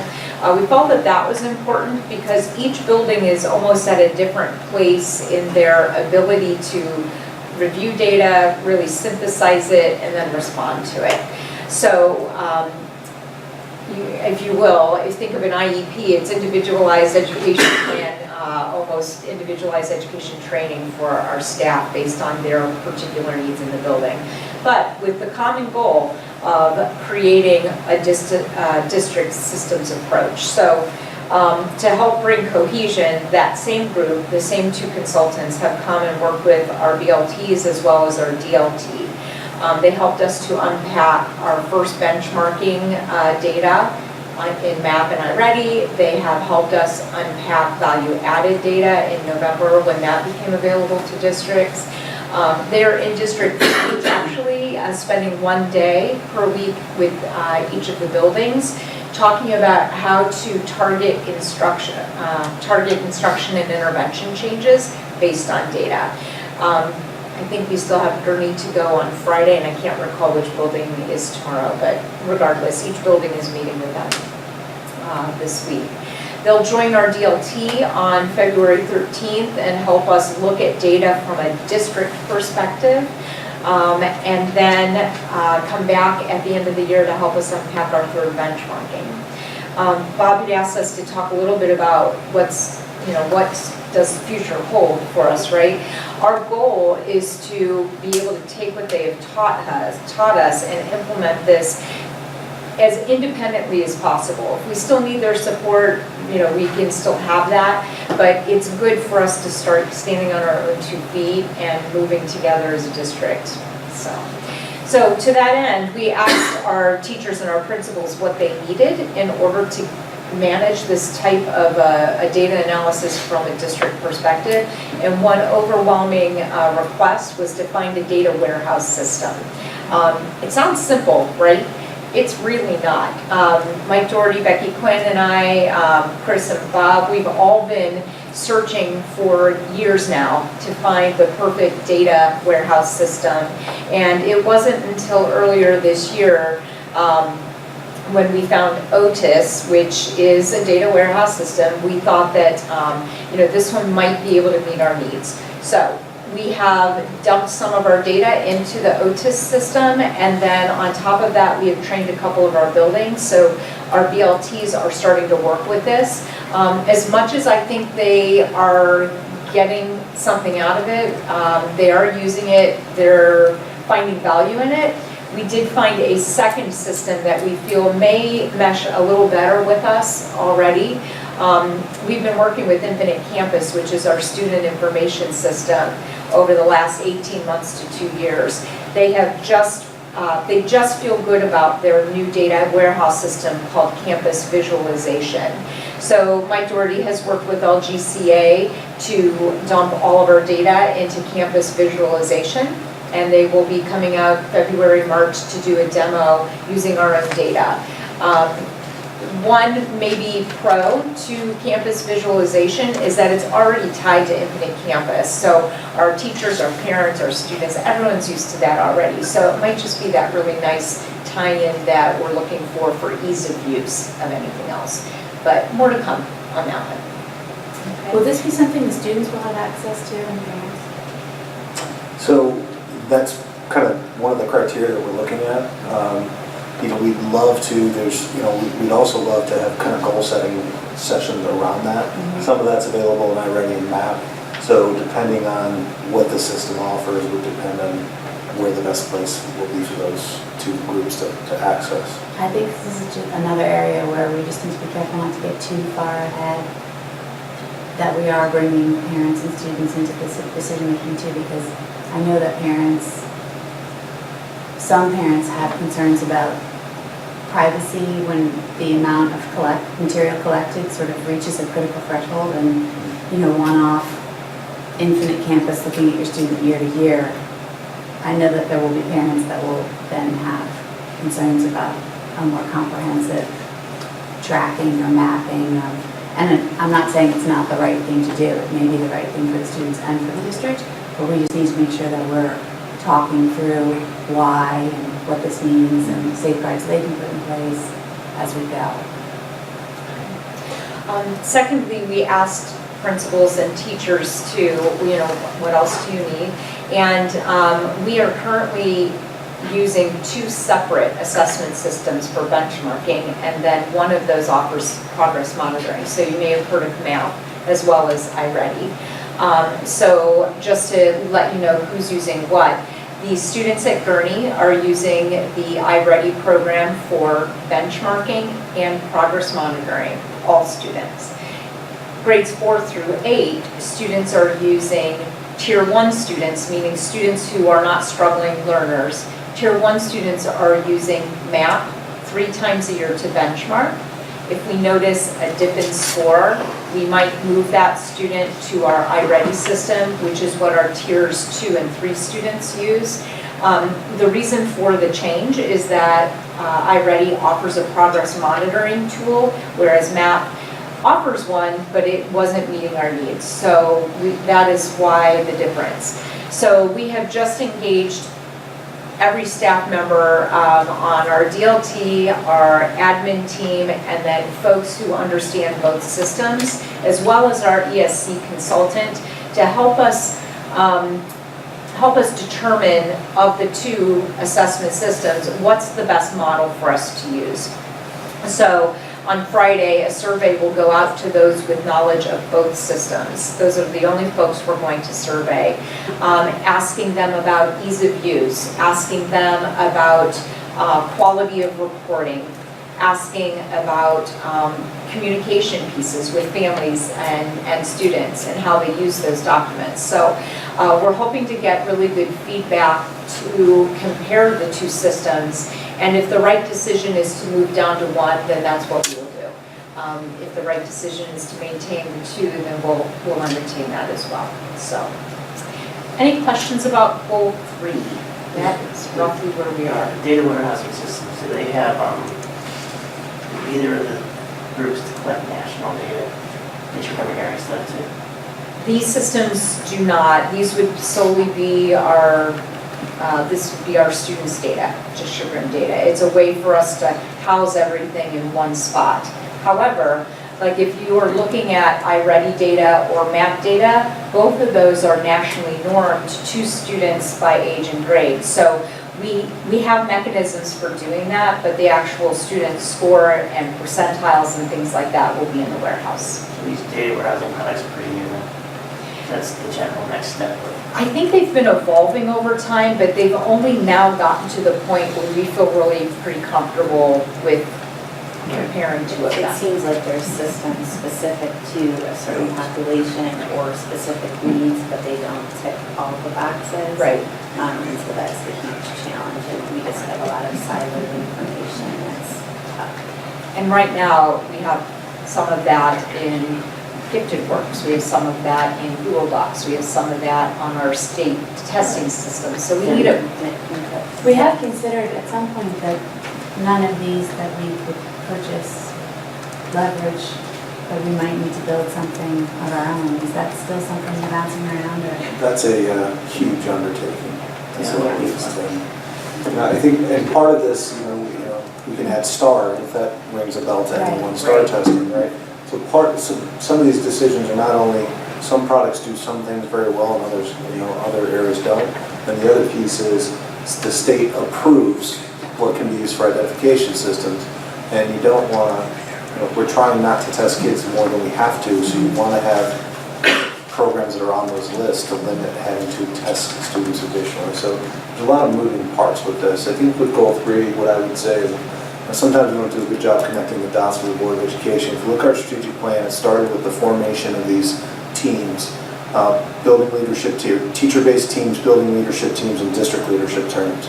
And bringing teams together, getting people to talk, that's messy work, and that's been evolving over the last couple of years. The data, and bringing that to the table, that's, okay, now what are we going to do with this, and data overload. I think you're starting to see, hopefully you're seeing in some of the data we're rolling up to you now, that the future is going to be where we have a really clear student achievement matrix where we're watching kids and we're intervening with students and also serving as information, do we need to move kids forward and slow them down or provide them intervention.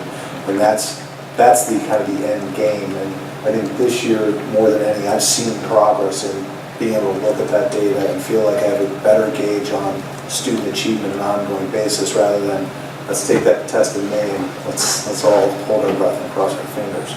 So that's where we want to be. We want to be able to, we want to take that last spring benchmark and be able to come to you and confidently know we've moved kids and here's how and here's where we anticipate things to be.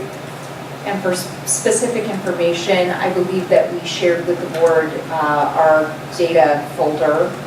It's shared in the mid-year update, so. Okay, moving on to goal number 4, wellness and safety. There are, again, many moving parts to this goal as well.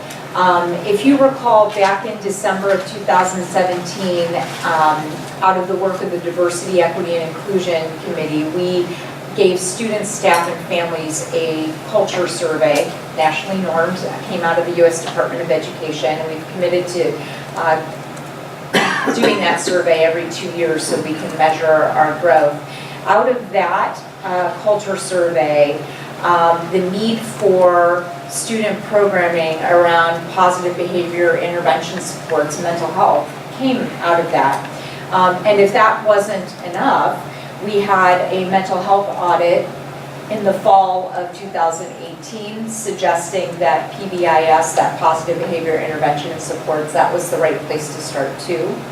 The instructional audit, interestingly, was void of that, but we as the district leadership team noticed that, and we feel that this is a really important aspect to our work, is to address the mental well-being of our students. So therefore, it might not have been a part of that, but we feel that, that it's certainly important. We're seeing growing numbers in our district, but nationally and through the state, they're experiencing that same growth as we are. So I'm going to talk a little bit about mental wellness then. So I divided this goal into three separate components. The first being foundational knowledge, much like Becky had mentioned, ODE not adopting or sending out the new standards for her work. Same for us. So there are new social emotional learning standards for grades 4 through 12, brand spanking new. They have not been adopted or released yet by the ODE. They were expected to have that happen in October of 2018. Still haven't heard. They moved the date to January. Still haven't heard anything. Not only will the 4 through 12 standards be released, but the pre-K to grade 3 standards have been revised, and those will be released as well. So as far as foundational knowledge on what we need to work on with our students, that has not yet been laid out for us, but we're waiting with our fingers crossed to hear that soon, because we really feel that that's kind of the cornerstone of our work. Is this something we anticipate being measured on as a district in terms of what we're offering, or is there going to be some measure of students in terms of? Well, I think indirectly you can say that if a student is in a positive environment, whether that's created by the adults who work here, or maybe they have a healthy mental well-being, they will be more successful academically too. So perhaps indirectly it would be measured, but I can't. Well, that's what I'm wondering, is Yeah. the state going to come up with some measure for that? Not that I know of, not that I know of, but again, and of course. yeah, we know, and of course on mental well-being. We have taken some stress test. Yeah, we have taken some small steps to help build the foundational knowledge of our staff as well as our families and students. Just a small step that we took every month in the building newsletters. You may have noticed a mental wellness corner. That article is typically timely for whatever might be going on during the course of the year. It's also always found at a reputable, by a reputable organization or agency, someone that has a good reputation as far as child development and child psychology. So that is going out in an ongoing way. Everyone has access to those. Just to let you know, I guess, the scope of who's seeing that information.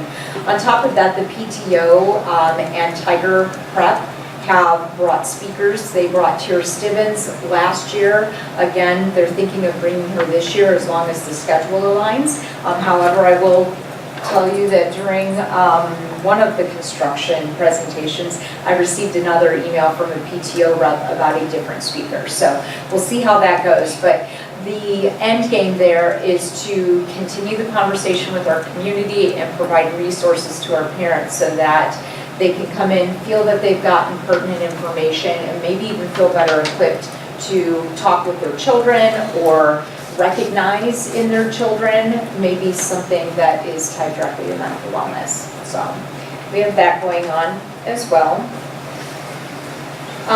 And then lastly, Victor Puskis, during his administrative internship, was really interested in exploring this work with me. He and I have been doing some reading and some discussing and trying to identify a book related to mental wellness that perhaps we could do a community book study on that book next school year. So to tie it to some of the staff training and student training that we've had Akron Children's Hospital come in and do kind of a trauma-informed 101 with our staff. We've had Dr. Stibbins come in, we'll have someone else come in, but we are looking at perhaps offering the mental health first aid book and doing a community book study around that book. It's workbook-like, but it's a good read and it's a really good overview, I think, of mental wellness and very user-friendly for parents and for staff. Our 712 campus, our staff will go through that training in the fall of next year. So we're just trying to be cohesive in what we're offering, or coordinated in what we're offering. I guess I've mentioned PBIS a time or two already during this. PBIS is, it's not a canned program. It's not something that you can purchase. PBIS is really a framework designed to develop a positive culture in which the adults are really in charge of that. We're in charge of our actions and how we respond to kids and what we offer by way of programs. And it's a way to develop a positive culture that ultimately helps students not only feel better connected to their school, but have positive attitudes about being here, as well as increase their student academics, their academic achievement. So 4 small teams, 1 from each building, has gone through new teams training, new teams PBIS training with the ESC. Between meetings, we are doing our own district run meeting or district facilitated meeting where we can follow up on the work of our ESC training. We are in process of identifying district-wide student expectations, district-wide behavioral look-fors, district-wide expectations for teachers on how to explicitly teach appropriate behaviors in class and setting expectations for that. Our work continues. We'll be meeting on February 15th in the afternoon to follow up from our 3rd ESC meeting.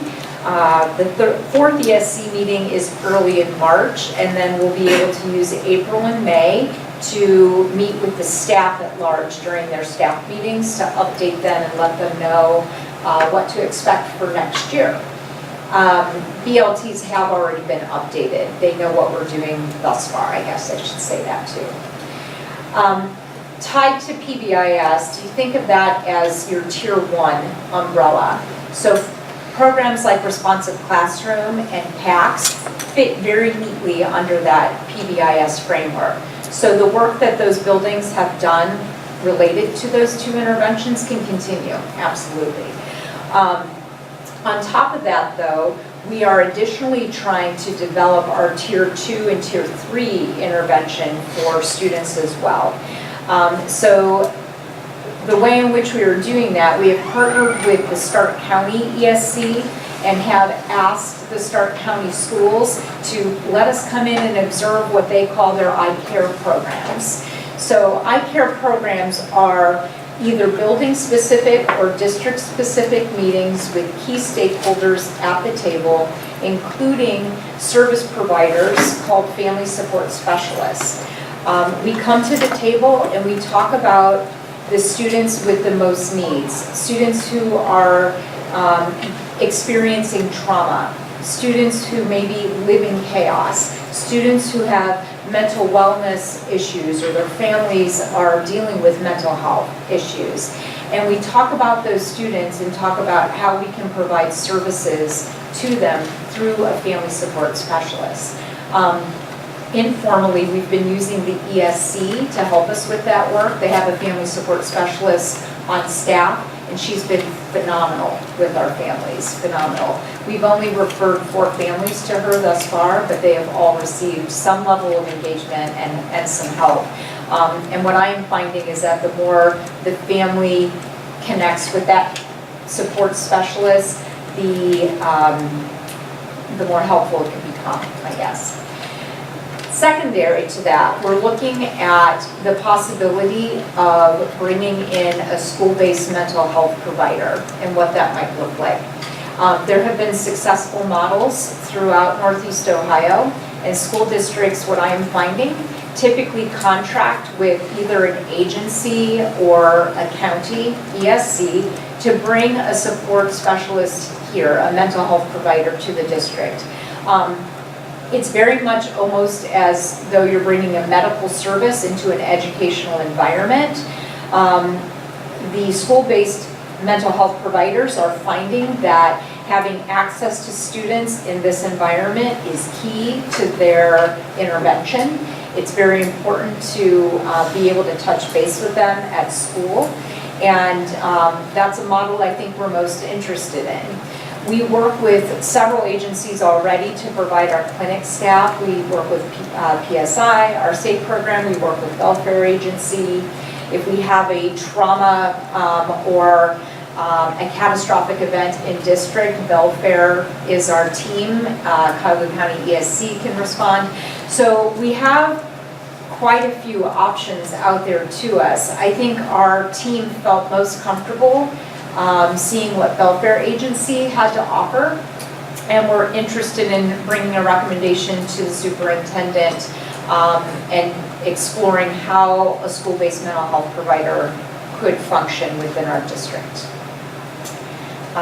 So circling all the way back to the iCare team, if you will, it is all framed under that PBIS model, but for students most in need, that iCare team would serve as the platform for discussion to help those students, whether their need is family-focused, family service-focused, or mental health-focused. It's kind of all-encompassing. We visited Jackson High School in Stark County, and we visited Minerva local schools. Both were very generous and allowed us to come in and ask a million questions, which was wonderful. So, any questions about that work? Goal number 4 is very weighty.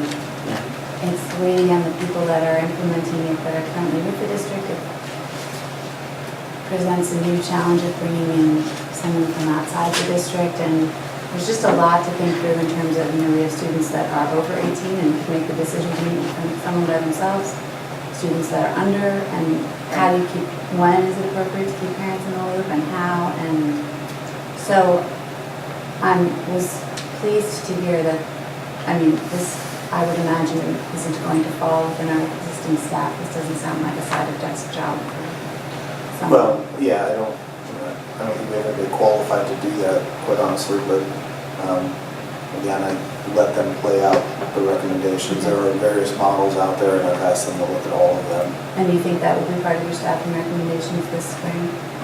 It all depends on the pace of this committee. I'm thinking likely. I'm trying to not make eye contact with Lisa, but I'm thinking, likely she will bring that to the table. This was being a part of Lisa's job of being our This is very near and dear to my heart. I really think that this is at the crux of what many students and many families need. I can't emphasize enough, I think, how important this is just globally. So it's very... And you can, sometimes you take for granted what we have as a school district. There's a lot of kids in need too that need support, and we think we have a gap there. And when you say this is meaty, and mental health is one component of it is, when you look at the culture of schools and trying to bring in that continuity to it, I think is very exciting to me as well, because that impacts, it's not those high-risk intervention needs, that's everybody. And then it's a cultural piece. So there's a ton of work here, and I would end with these saying, I hope you can realize that you'll probably see pieces of these moving forward into next year. These aren't, hey, we can accomplish this all. There's going to be all kinds of things that play into our ability to implement, how much change you can actually take on, what can we afford to do. All of those pieces now we're going to start wrestling with, and I would imagine some of this work carries over. Even the goals you had originally showed multiple years of steps, so just keep that in mind. Yeah, there's an expectation that it turns around that quickly. One of the things that I want is, I'm hoping we'll have more of as this evolves, is the measurement of achievement. You know, a lot of times when I look through our goals, I see tactical implementation as being a measure of success. And especially when it comes to mental health, the surveys or the feedback directly is, are the articles in the building newsletters making a difference? Are we actually affecting a culture change? And those are hard things to measure, but some feedback I get generally about, it's very easy to say, and Becky, this isn't picking on you, but I spent 100 hours on this and I spent 50 hours on this, and okay, but you could spend 100 hours on something and it's not affecting the change that the goal was intended to achieve. So just planting that seed generally, kind of across the district, I think as we're thinking about measuring goals, and the data piece may come in, or maybe some aggregate data that we can use that then shows us how instructional coaches are really making a difference in math. And I'm just kind of throwing that all out there as we're thinking of next year's goals. And when we have these conversations, it's going to be, take math for example. Typically when you implement a program, you know this term implementation dip, because you have all of these issues with alignment and all of those things. So I think getting it in place and then starting to measure over time, we're having those conversations, and I think we can move in that direction. But some of it is just we got to implement it, and then maybe it's don't leave it back, continue to monitor so we have that data so we can see the change. Right, and I can tell you, related to PBIS, the data that was recommended for us to review is simply discipline data, number of referrals, types of referrals, as well as attendance, which is an issue across all schools. Can we improve upon that? Because if students are present, they're more likely to learn. So those would be 2 data points that we look at. As far as PBIS implementation, we as a new team, we went ahead and evaluated ourselves compared to 15 attributes of model PBIS schools, so we have our baseline there, and we'll do that at least once a year to see if, to monitor our growth, right? So, and then using the student data piece to measure our effectiveness. Which is perfect, and those can be rolled in. I didn't see those as measures in the goal, but as the goal evolves, it'll be great to see those coming in as more concrete, we affected a change. Yeah, it's interesting because I think that we had not been trained at the time the goal was written. And so we've learned so much since August. So we're excited to share that with you, and we'll be here in April to give you a presentation on PBIS. Okay. Thank you. Thank you, that was great. I see Chris Moore was able to join us. Great. So what did we think? Yeah, so the last thing, just on the goal front, so we will do an update like this in June as well. To kind of wrap this up for the Board of Education. Some of these, as Lisa mentioned, have separate presentations along the way as we go through the spring. So before we go into consent, do you want to? I do. I wonder if you would mind if we just rearrange the agenda and allow Chris Moore, who's here with K-12 Business Consulting, to give us an update on the day's activities with regard to getting input on our treasurer search criteria. Is that okay? Yeah. Chris, we have a new system in place because we're videotaping our board meetings now. Oh, okay. And so there's an X on the carpet over there. That's the ideal location for you to stand. All right, I got it. Well, first of all, I had a great day today. Really enjoyed myself. We talked to 36 folks. It's almost exactly split. Half administrators, staff, support staff, and half community. Which puts you right up there with one of the largest outflow of folks that we've talked to in the treasurer search profile, right next, honestly, to Dublin 6 schools. And in all honesty, I think Dave Axner put a finger on folks that come out, mostly administrators. Bobby making calls. Probably 25 of the folks were administrators in Dublin. So if we were to take those out, you probably, overall, in terms of the blend of folks, had probably the most we've seen come out and express some interest and opinions about the search. So Right now, we have between 50 and 60 written profiles. A lot of folks dropped those off today. Some had already sent them in advance. I know I have at least 6 in my inbox at home waiting on me. Today was the deadline, so I'll have to do a final tally on that, but it'll be close to, I'm just going to guess like 60, maybe a little more, maybe a little less, but that's enough to draw the themes of what we were hearing today. I definitely heard that through the comments that folks had today. So I would just normally give you just a brief synopsis without putting everything together. In terms of the strengths that we're hearing for the school district, again, we talked about strengths, challenges of the district, and then what are some of the characteristics you're looking for in the next treasurer. Really, everybody seems to have some coalescence around one of your strengths. Definitely is community involvement through volunteerism, financial support, community and staff that have high expectations, a caring and qualified staff that cares about student success, and you generally have a feeling of a culture of success and high achievement is expected of your school system. So everybody talks in terms of those sorts of things. So I think you have a pretty much aligned staff and communities with that. So 2 or 3 important issues that are facing the school district. It's probably no surprise, but a need for more modern, up-to-date facilities that weren't necessarily those that were addressed in the last bond issue is almost on everybody's list of some things that they're concerned with.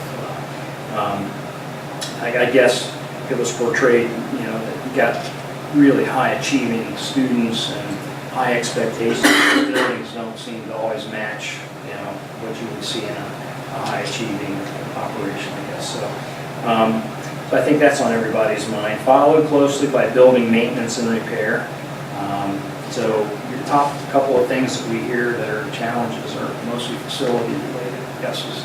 I don't think that's a surprise, and I hope it isn't, but that's what everybody's thinking. So once you get past that, I think a concern for ongoing financial strength for the school district in terms of maintaining your financial health. While your 5-year forecast, I think, is pretty good, some of the folks in the community, they're always, I think, implying that they're concerned about when would the next levy be needed and things like that. The truth is your 5-year forecast right now is pretty solid, so I don't think they have to worry so much about that. But I think that's always in the back of folks' mind. I think it's because I think you have gotten the message out that you're pretty much on your own here. The state doesn't really contribute that much in terms of support, which was one of the other concerns that led right into concern over the lack of state funding. But again, we had a lot of talk about that with the community today about the school funding system and how it's really not tilted towards the Chagrin balls and oranges of the world. So it's just not. Maybe it's something that can be worked on down the road legislatively. Probably your best course of action. But then in terms of the strengths and things that they were looking for in your next treasurer, not a surprise, but strong communication skills and the ability to explain school finances to all levels of folks in your community. Was a top item on the list, followed by experience in school finance, reporting, and budgeting. That was an item that we heard a lot. Willingness to work together in a team and be collaborative was another area that folks had indicated was important. And then a person with the ability to maintain an open door policy and who is approachable and would be happy to talk to people if they stopped in and just have a question. So just somebody who's open to interacting with people, I think. In terms of question number 4, we really have to put that in the spreadsheet because they were kind of all over, but I expect in the top 5 we're going to hear effective at communicating the organization's finances in both written and verbal form, successful experience as a treasurer or assistant treasurer, direct knowledge of Ohio laws and legislation that concern school districts, ability and willingness to deal fairly with administration, staff, and other stakeholders. And I'm going to guess that direct experience with school levies and financial forecasting will be there, but until we put it all in a spreadsheet, we can put that out. But just a quick glance at the things that we collected today, those will probably mostly be in your top 5 of the 10 items that we looked at on question 4. Overall, not a surprise, I don't think, to me. I expected the school system would want somebody that had the ability to make a presentation here for you each month, ability to help administration and other staff members work on solving their goals through whether it's budgeting or just being a part of the team, frankly. Being present, presenteeism, I think, is important for the treasurer here, so. Is that a new word? What's that? Is that a new word, presenteeism?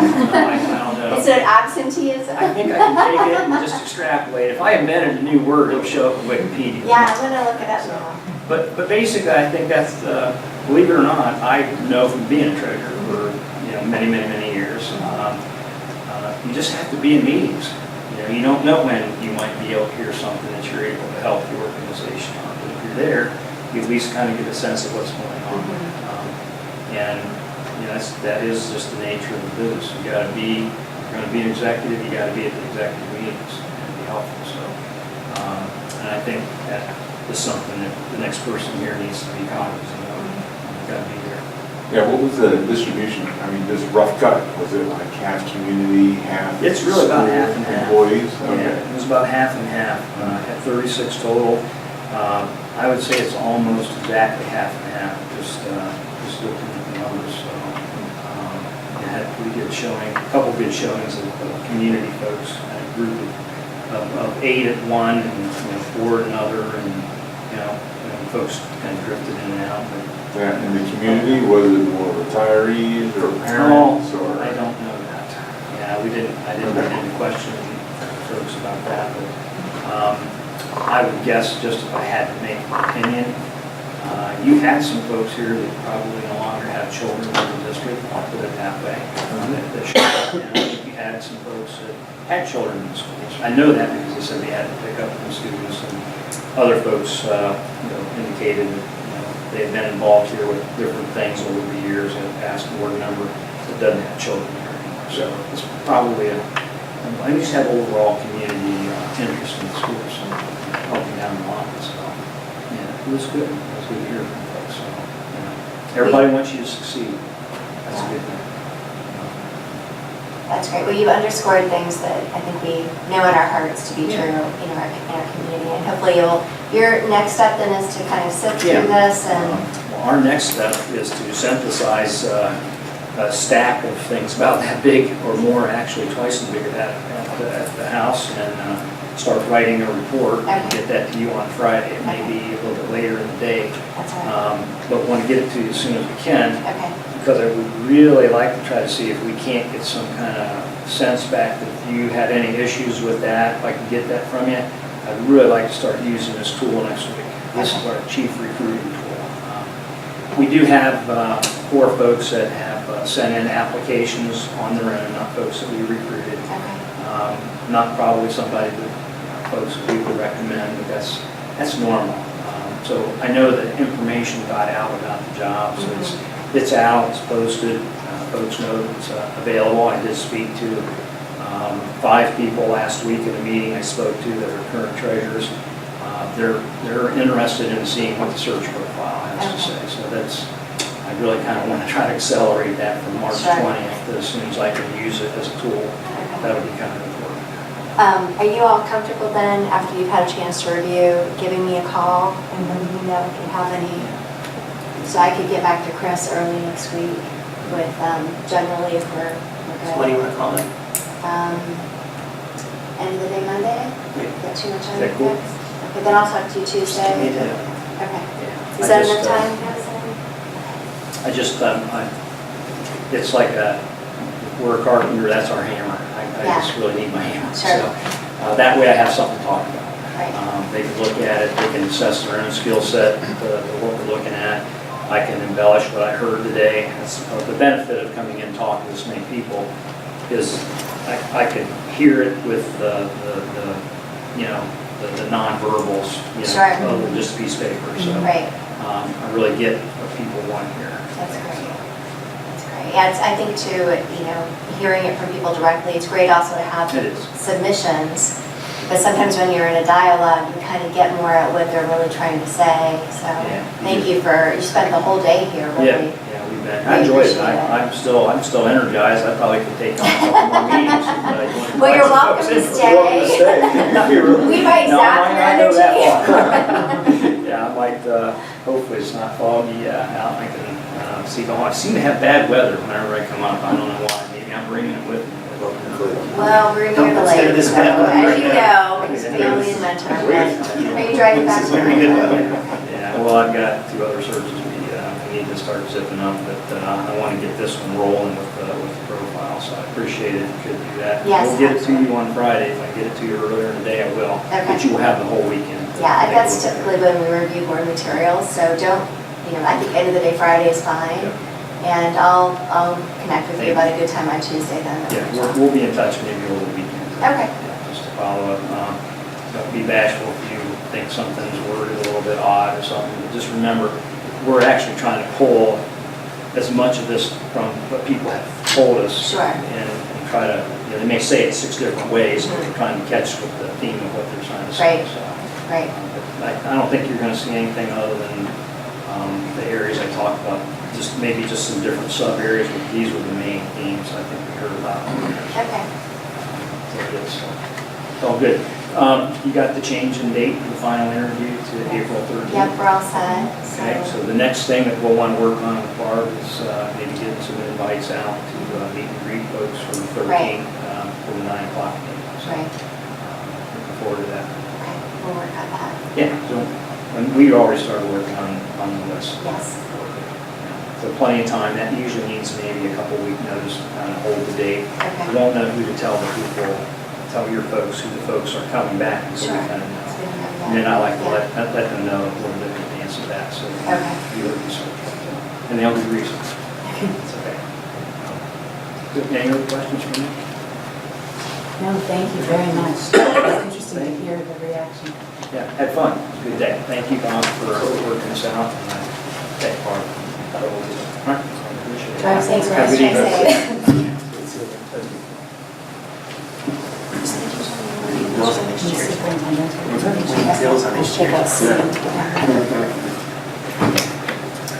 All right, are we on consent agenda? That concludes my report. Okay, thank you, Mr. Hunt. Can I have a motion for consent agenda items 6A through 6E? So moved. Second? Second. Any discussion? Okay, Ms. Luca, would you please take the roll? Mrs. Rose? Yes. Mr. Kanziger? Yes. Mrs. Garber? Yes. Mrs. O'Toole? Yes. Mr. Rickman? Yes. Can I have a motion for superintendent's recommendation 7A and 7B? So moved. Second? Do you want to include C in that? No. Mr. Hunt, would you like to speak to these? We covered most of the change orders earlier. Item A is 020, and 21 and 22, as articulated earlier. And item B is the amendment to the Terracon contract.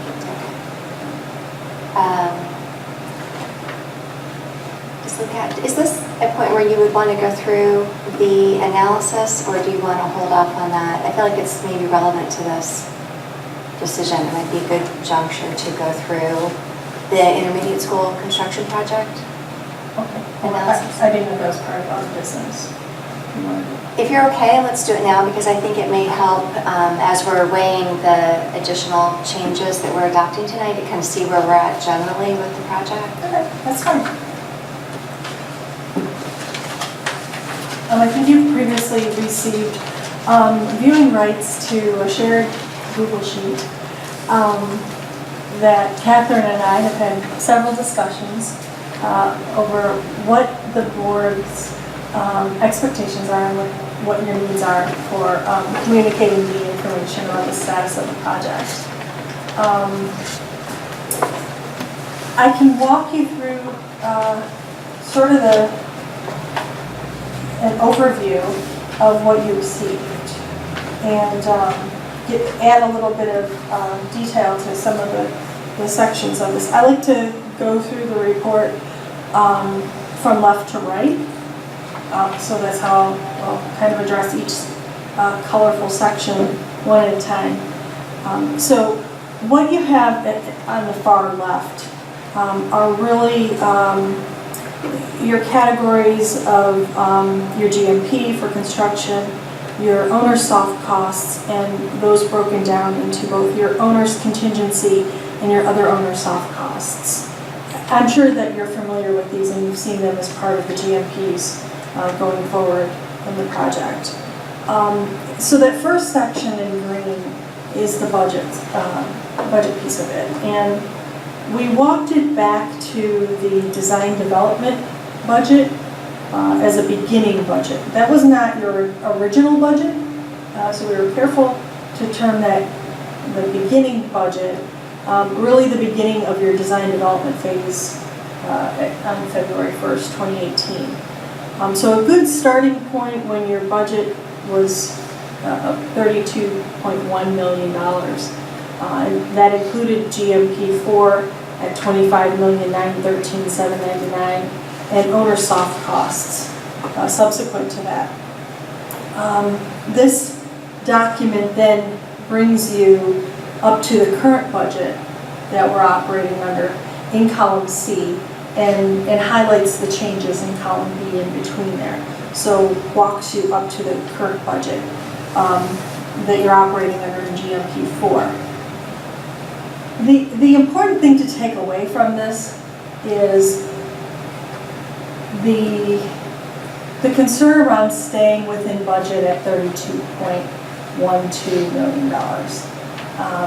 You know, with some of the changes and the increase in the GMP, offsetting that in owner's contingency or in other places.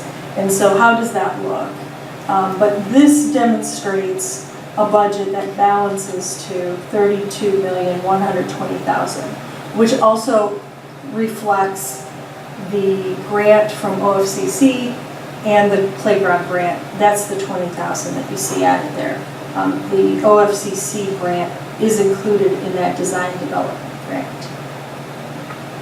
Or design development budget, I'm sorry, in the initial $32.1 million. The next section that you see under commitments highlights what you have approved at previous board meetings. Under soft costs, you'll see the EMOD contract, you'll see the rental fees, you'll see the Stantec contracts that you have, your contracts to Western Reserve Development for owners representation, your contracts to Osborne for commissioning. So those actions that the board have already taken are in that commitments column. Under contracts, expenditures, approved change orders. Also in there under owner's contingency, you'll see the amount of change orders that this board has already approved. That's that $68,546. Included in the owner's soft costs, but we broke that out as part of the owner's contingency. Under GMP, you'll see some specifics that are part of your Gilbane contract. Those include trade allowances, owner allowances, and CM contingency, because those are some opportunities in that contract. And so we wanted to pull them out and highlight them. So like which number is it? Like 567, 413? Yes. Is that what you were just talking about? Yes. Okay. So those are some potential items in your Gilbane contract. It says on there potentially unspent. So those are allowances built into the contract where you could see some savings, realize some savings, and actually underspend the total amount of the contract. And by potential, we mean like probable, like We hope, but yeah. it's like a 75%? I think she's going to get to that. Okay. Potential. But those are the only things within so the GMP contract of $26.9 million, we are going to pay that money. And of that money, there's $2.5 million that's budgeted for allowances that might be in flux. But obviously out of the 26, it's a very small fraction of the GMP that we might not spend the entire amount. So we were trying to just call out. Is the amount that Or we're you could spend more, I mean, if your allowance is not enough. I think we've been conservative with allowance. Right, Just to make the point that those things are in flux. right. That we have more control over, I guess. Whereas the rest of the 24 million is, we should consider that already spent, because that's going to be spent. That's a good point though, Bob, because there could be an increase in trade allowance that causes us to have a change order. And I could call out that number on there that's $104,381. That was part of the change order that you're reviewing tonight that we discussed was a zero change order for the district. So the district is not obligating any additional owner's contingency soft cost funds, but it is going against the CM contingency in your contract. So it is represented on this commitment column because essentially the district is paying for it within the contract in that CM contingency line. As the spreadsheet moves to the right, you'll see a kind of a pink section. And these are your, you want to go back to the totals On the bottom. worksheet on the bottom? First line, yeah. Thank you. The pink section are your pending costs. And these are some of the opportunities. So when you talk about potential costs, either potential costs to the district within these categories or potential savings back to the district. Gilbane reports these to us on PCI logs, through value engineering change orders. So those are some of the things that you'll see coming back to us in the detail of those contracts, but that impact both your owner's contingency and your Gilbane contract. The next group to the right is the available budget for over and under. Now this is the part of the worksheet that's actually doing some calculations to give you a status update.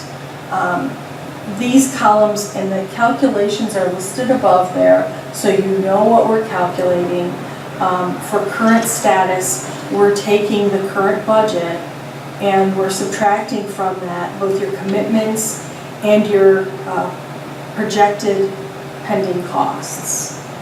And then as we move farther to the right of those three categories, still within that like highlighted orange section, you're seeing a likely status and then an uncertain status. So you're seeing three different scenarios of how those costs could play out, how refunds could come back to the district, to give you some idea of what may still be available to the district as the project goes forward. That's your decision-making tool. That's what kind of puts it in perspective when you're considering your change orders at this current meeting. If you go down to the bottom, if you scroll down to the bottom section down there, you'll see some additional information with the pending change orders in there and how that impacts several of those categories. The change orders actually a little bit farther to the left. If you can go back to the pink section, we did put the actions that the board is considering at this meeting in those items. So that's where they're represented. Once they're approved, they'll be revised on this worksheet. Again, a fluid document kind of to give you an update as we go along, as we make decisions, where are things, what is that status, and once these actions are taken, obviously these change orders would then be moved up into that commitments under contracts back, again, moving to the left. Are we deciding on the Gurney High School extra doors tonight? They get moved out, right? Yeah, they're right, so it's just the top. I'm just making sure I understand. Right. Thank you. Again, then moving to the right of this document, back up to the top, there's an expenditure column, and that'll show you what ties back to the financial status reports that you're getting monthly. So when you're seeing that level of detail, how many checks were written this month, how much we've spent out the door, there's your column of how that breaks down against your contingency, against your soft costs, and the GMP. And then finally, that last column is calculating, and again, the calculation is listed above, F minus M, which is your committed cost minus your expenditures. So giving you an idea of what your balance is to finish. Can you scroll back down to the change orders that we're looking at? Just go straight down. So the superintendent recommendation A is lines 24, 25, and 26. Those three change orders together. The total pending change would be $37,930. And then to the right, you can see then the impact on the available budget that's remaining for us to work with. And then the second one, superintendent item B, is line 37. The total of the new other soft costs, the Terracon and the Stantec. Are those in B? Sorry, Bob, I'm not looking at. That's what it says. Well, no. Stantec. Stantec is. Okay, and is C, okay. So Terracon is B, and then Stantec is the third item, number C, that the superintendent's recommending tonight. And then you're right, Greg, the GMP changes to add, which actually that should be reworded. It's another change order to add the high school inverted doors is for future consideration. So the idea behind this is to give some visibility on what's potentially coming as we're making a decision about what's before us right now. So we know kind of where we're at, how is this decision going to impact it, and then what else is possibly coming our way that we might want to know about. So I'm just trying to get where it's three-dimensional, it kind of throws me off. So I'll just focus on the likely status. So am I likely $533,000 under right now? Am I looking at the right number? So like, So you scroll up on the sheet. so yeah, the red number. Scroll to the top. Right. The 553,069. Is that right? So I'm likely $500,000 under. At this point in time, although a lot of that $500,000 is in the construction owner, not in our The CM contingency, it's in the CM contingency. contingency, yeah. So it's not really in our control. Because you see, so like of that 533,233 is spoken for with owner's contingency, or No, it's, am I correct in saying it's, the balance really is coming from? Well, so you see the split there. The 214 is what's in allowances and CM contingency remaining, and then the 318 is in our soft costs and our owner's contingency. right? Yeah, 214 and 318 is the 533. It adds up, right? Yeah, would you go over one more on the pink? There you go. So Candy, would you talk a little bit about the pending, and then how then it's a credit back if there's a savings over that? Do you know what I'm saying? Yeah, when you're looking at your pending costs, those are those potentials that you referenced, Bill. Those are, when Gilbane provides us with a PCI log, for example,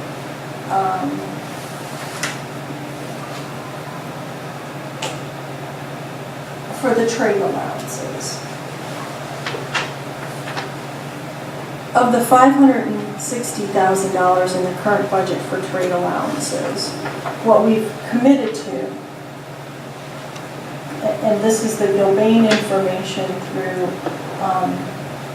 this one is January 25th, but it's constantly being updated. They're saying that the current value of these trade allowances is $151,504. So that's what you've got in your contracts, expenditures, approved change orders under commitments in that orange section. But then when you get over to pending costs, you've got the remaining balance of the 409,071 and the 79,000 potentially coming off of that. So the 79 is less likely. I guess it's the potential to come back to the district represented as a negative 79. So it's the savings. What is the, like 936, 558, what is that? Like the uncertain under budget. Can I take a stab at this? I mean, Well, I'm more focusing on the 533 number. I mean, that's my Right. number. But I'm just curious what that 900 number tells me. I'll let Catherine, I'll defer to Catherine on this. Okay, so if you look at the GMPs, the trade allowances, owner and CM. So the left-hand column assumes we're going to spend all of the money that's in that allowance. So I would start to say it's a more conservative, because it's assuming the most spending that we think at this point in time Column that we're going to have. So column G, J. yeah, G and J Yeah. are the ones we're kind of looking at right now. So if you look at G, the 409, the 1.037, those assume that the allowance amounts are fully expended. And then as you go to the column to the right of that, there's a credit back because there's a potential to not spend that whole allowance, which we often hear from CARE. You know, we don't think you're going to need that 79,000. We think that's going to be coming back to you, but we haven't seen that yet. So we want to capture that there's a possibility of recapturing some of that money and not spending the entire amount. The one we hear the most about is the CM contingency, where it's in the uncertain column that everything that hasn't been accounted for to date, we only have 100,000 that we're approving tonight to come out of CM contingency. A more risky assumption is that that entire balance is going to come back to the district and not be spent. So I look at the risk from left to right being less to more risky assumptions. And then that plays out in the yellow columns as well.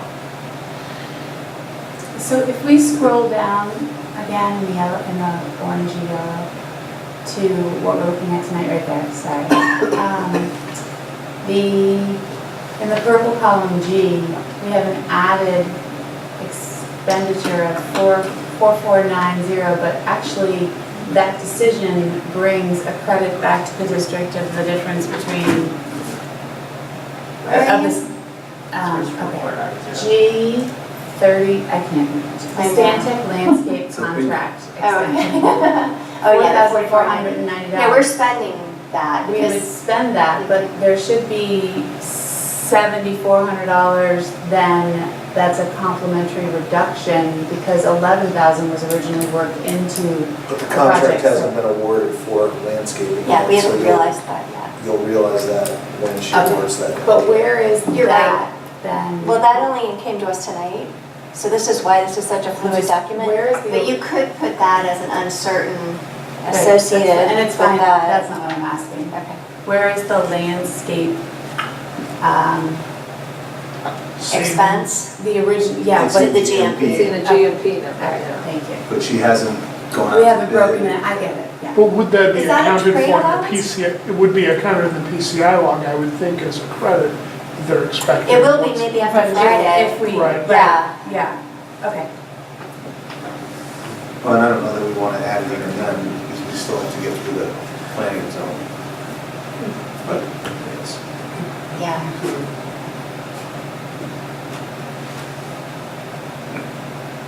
This is very helpful. And what you probably saw on the bottom, and I won't ask Adrienne to highlight because they're not pretty and they're not colorful, but there are other tabs supporting this. So in some cases, those are formulas feeding from another whole worksheet that break out more detail. And they still need a little bit of work. I told Catherine it's a bit of a work in progress, but it was just convenient ways to make lists so that we had the PCI log in there, so that we have the trade allowances listed in there. So as this continues to evolve, like for example, and maybe Adrian can click on the contracts tab at the bottom, that shows you the detail behind each contract that this board has taken an action on, the amount, the date the board approved it, the purchase order amount that came as a result of that action, the PO numbers, the resolution numbers, and then what soft cost category that contract falls under.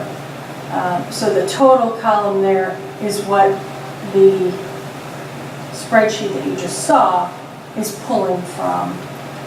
So as you approve contracts, you would go on there and feed back into the cover sheet, I guess. But these additional tabs are kind of designed to give you an additional layer of detail. Yeah. And so I'm clear, because I struggled in the first column with, we went for 31.5, and the 32.1 is the 31.5 plus the OFCC. back. And the playground. And so you carry the playground. But not the interest. But not the interest. That's the other. And that was another discussion that we've had about how do you represent the interest on there, because again, it's an unknown. And we've talked a little bit about how interest rates are going up, but your cash balance that you're earning interest on is going down. So at the bottom there, you have the interest that you've earned to date, and that number is actually the interest that you earned through December. You go to the right just a little bit. No, sorry, down and right. Okay.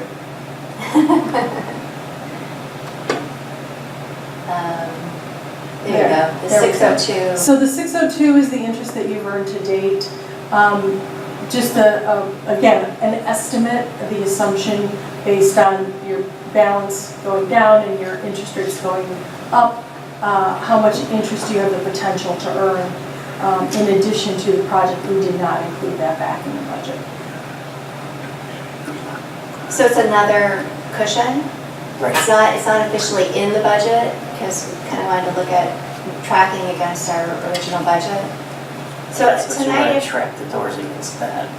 If we Well, decide to do that, right. then we'll add that. I mean, pretty soon, so tonight if we accept these two changes, they just subtract the add 300, so we're at about 518,000 under the potential column of what we have to work with. How much is ours remaining. though, not seeing? Hmm? How much of that is ours, not seeing? And that looked like about, 200,000. yeah. And so I'm clear, the available budget that, the red highlight 533,069 Right. as, your likely status, interest never played up into that figure, that was totally kept below the line. Right. Okay. So actually, can you do that real quick? I don't think I did that right. So it'd be that 533 minus the two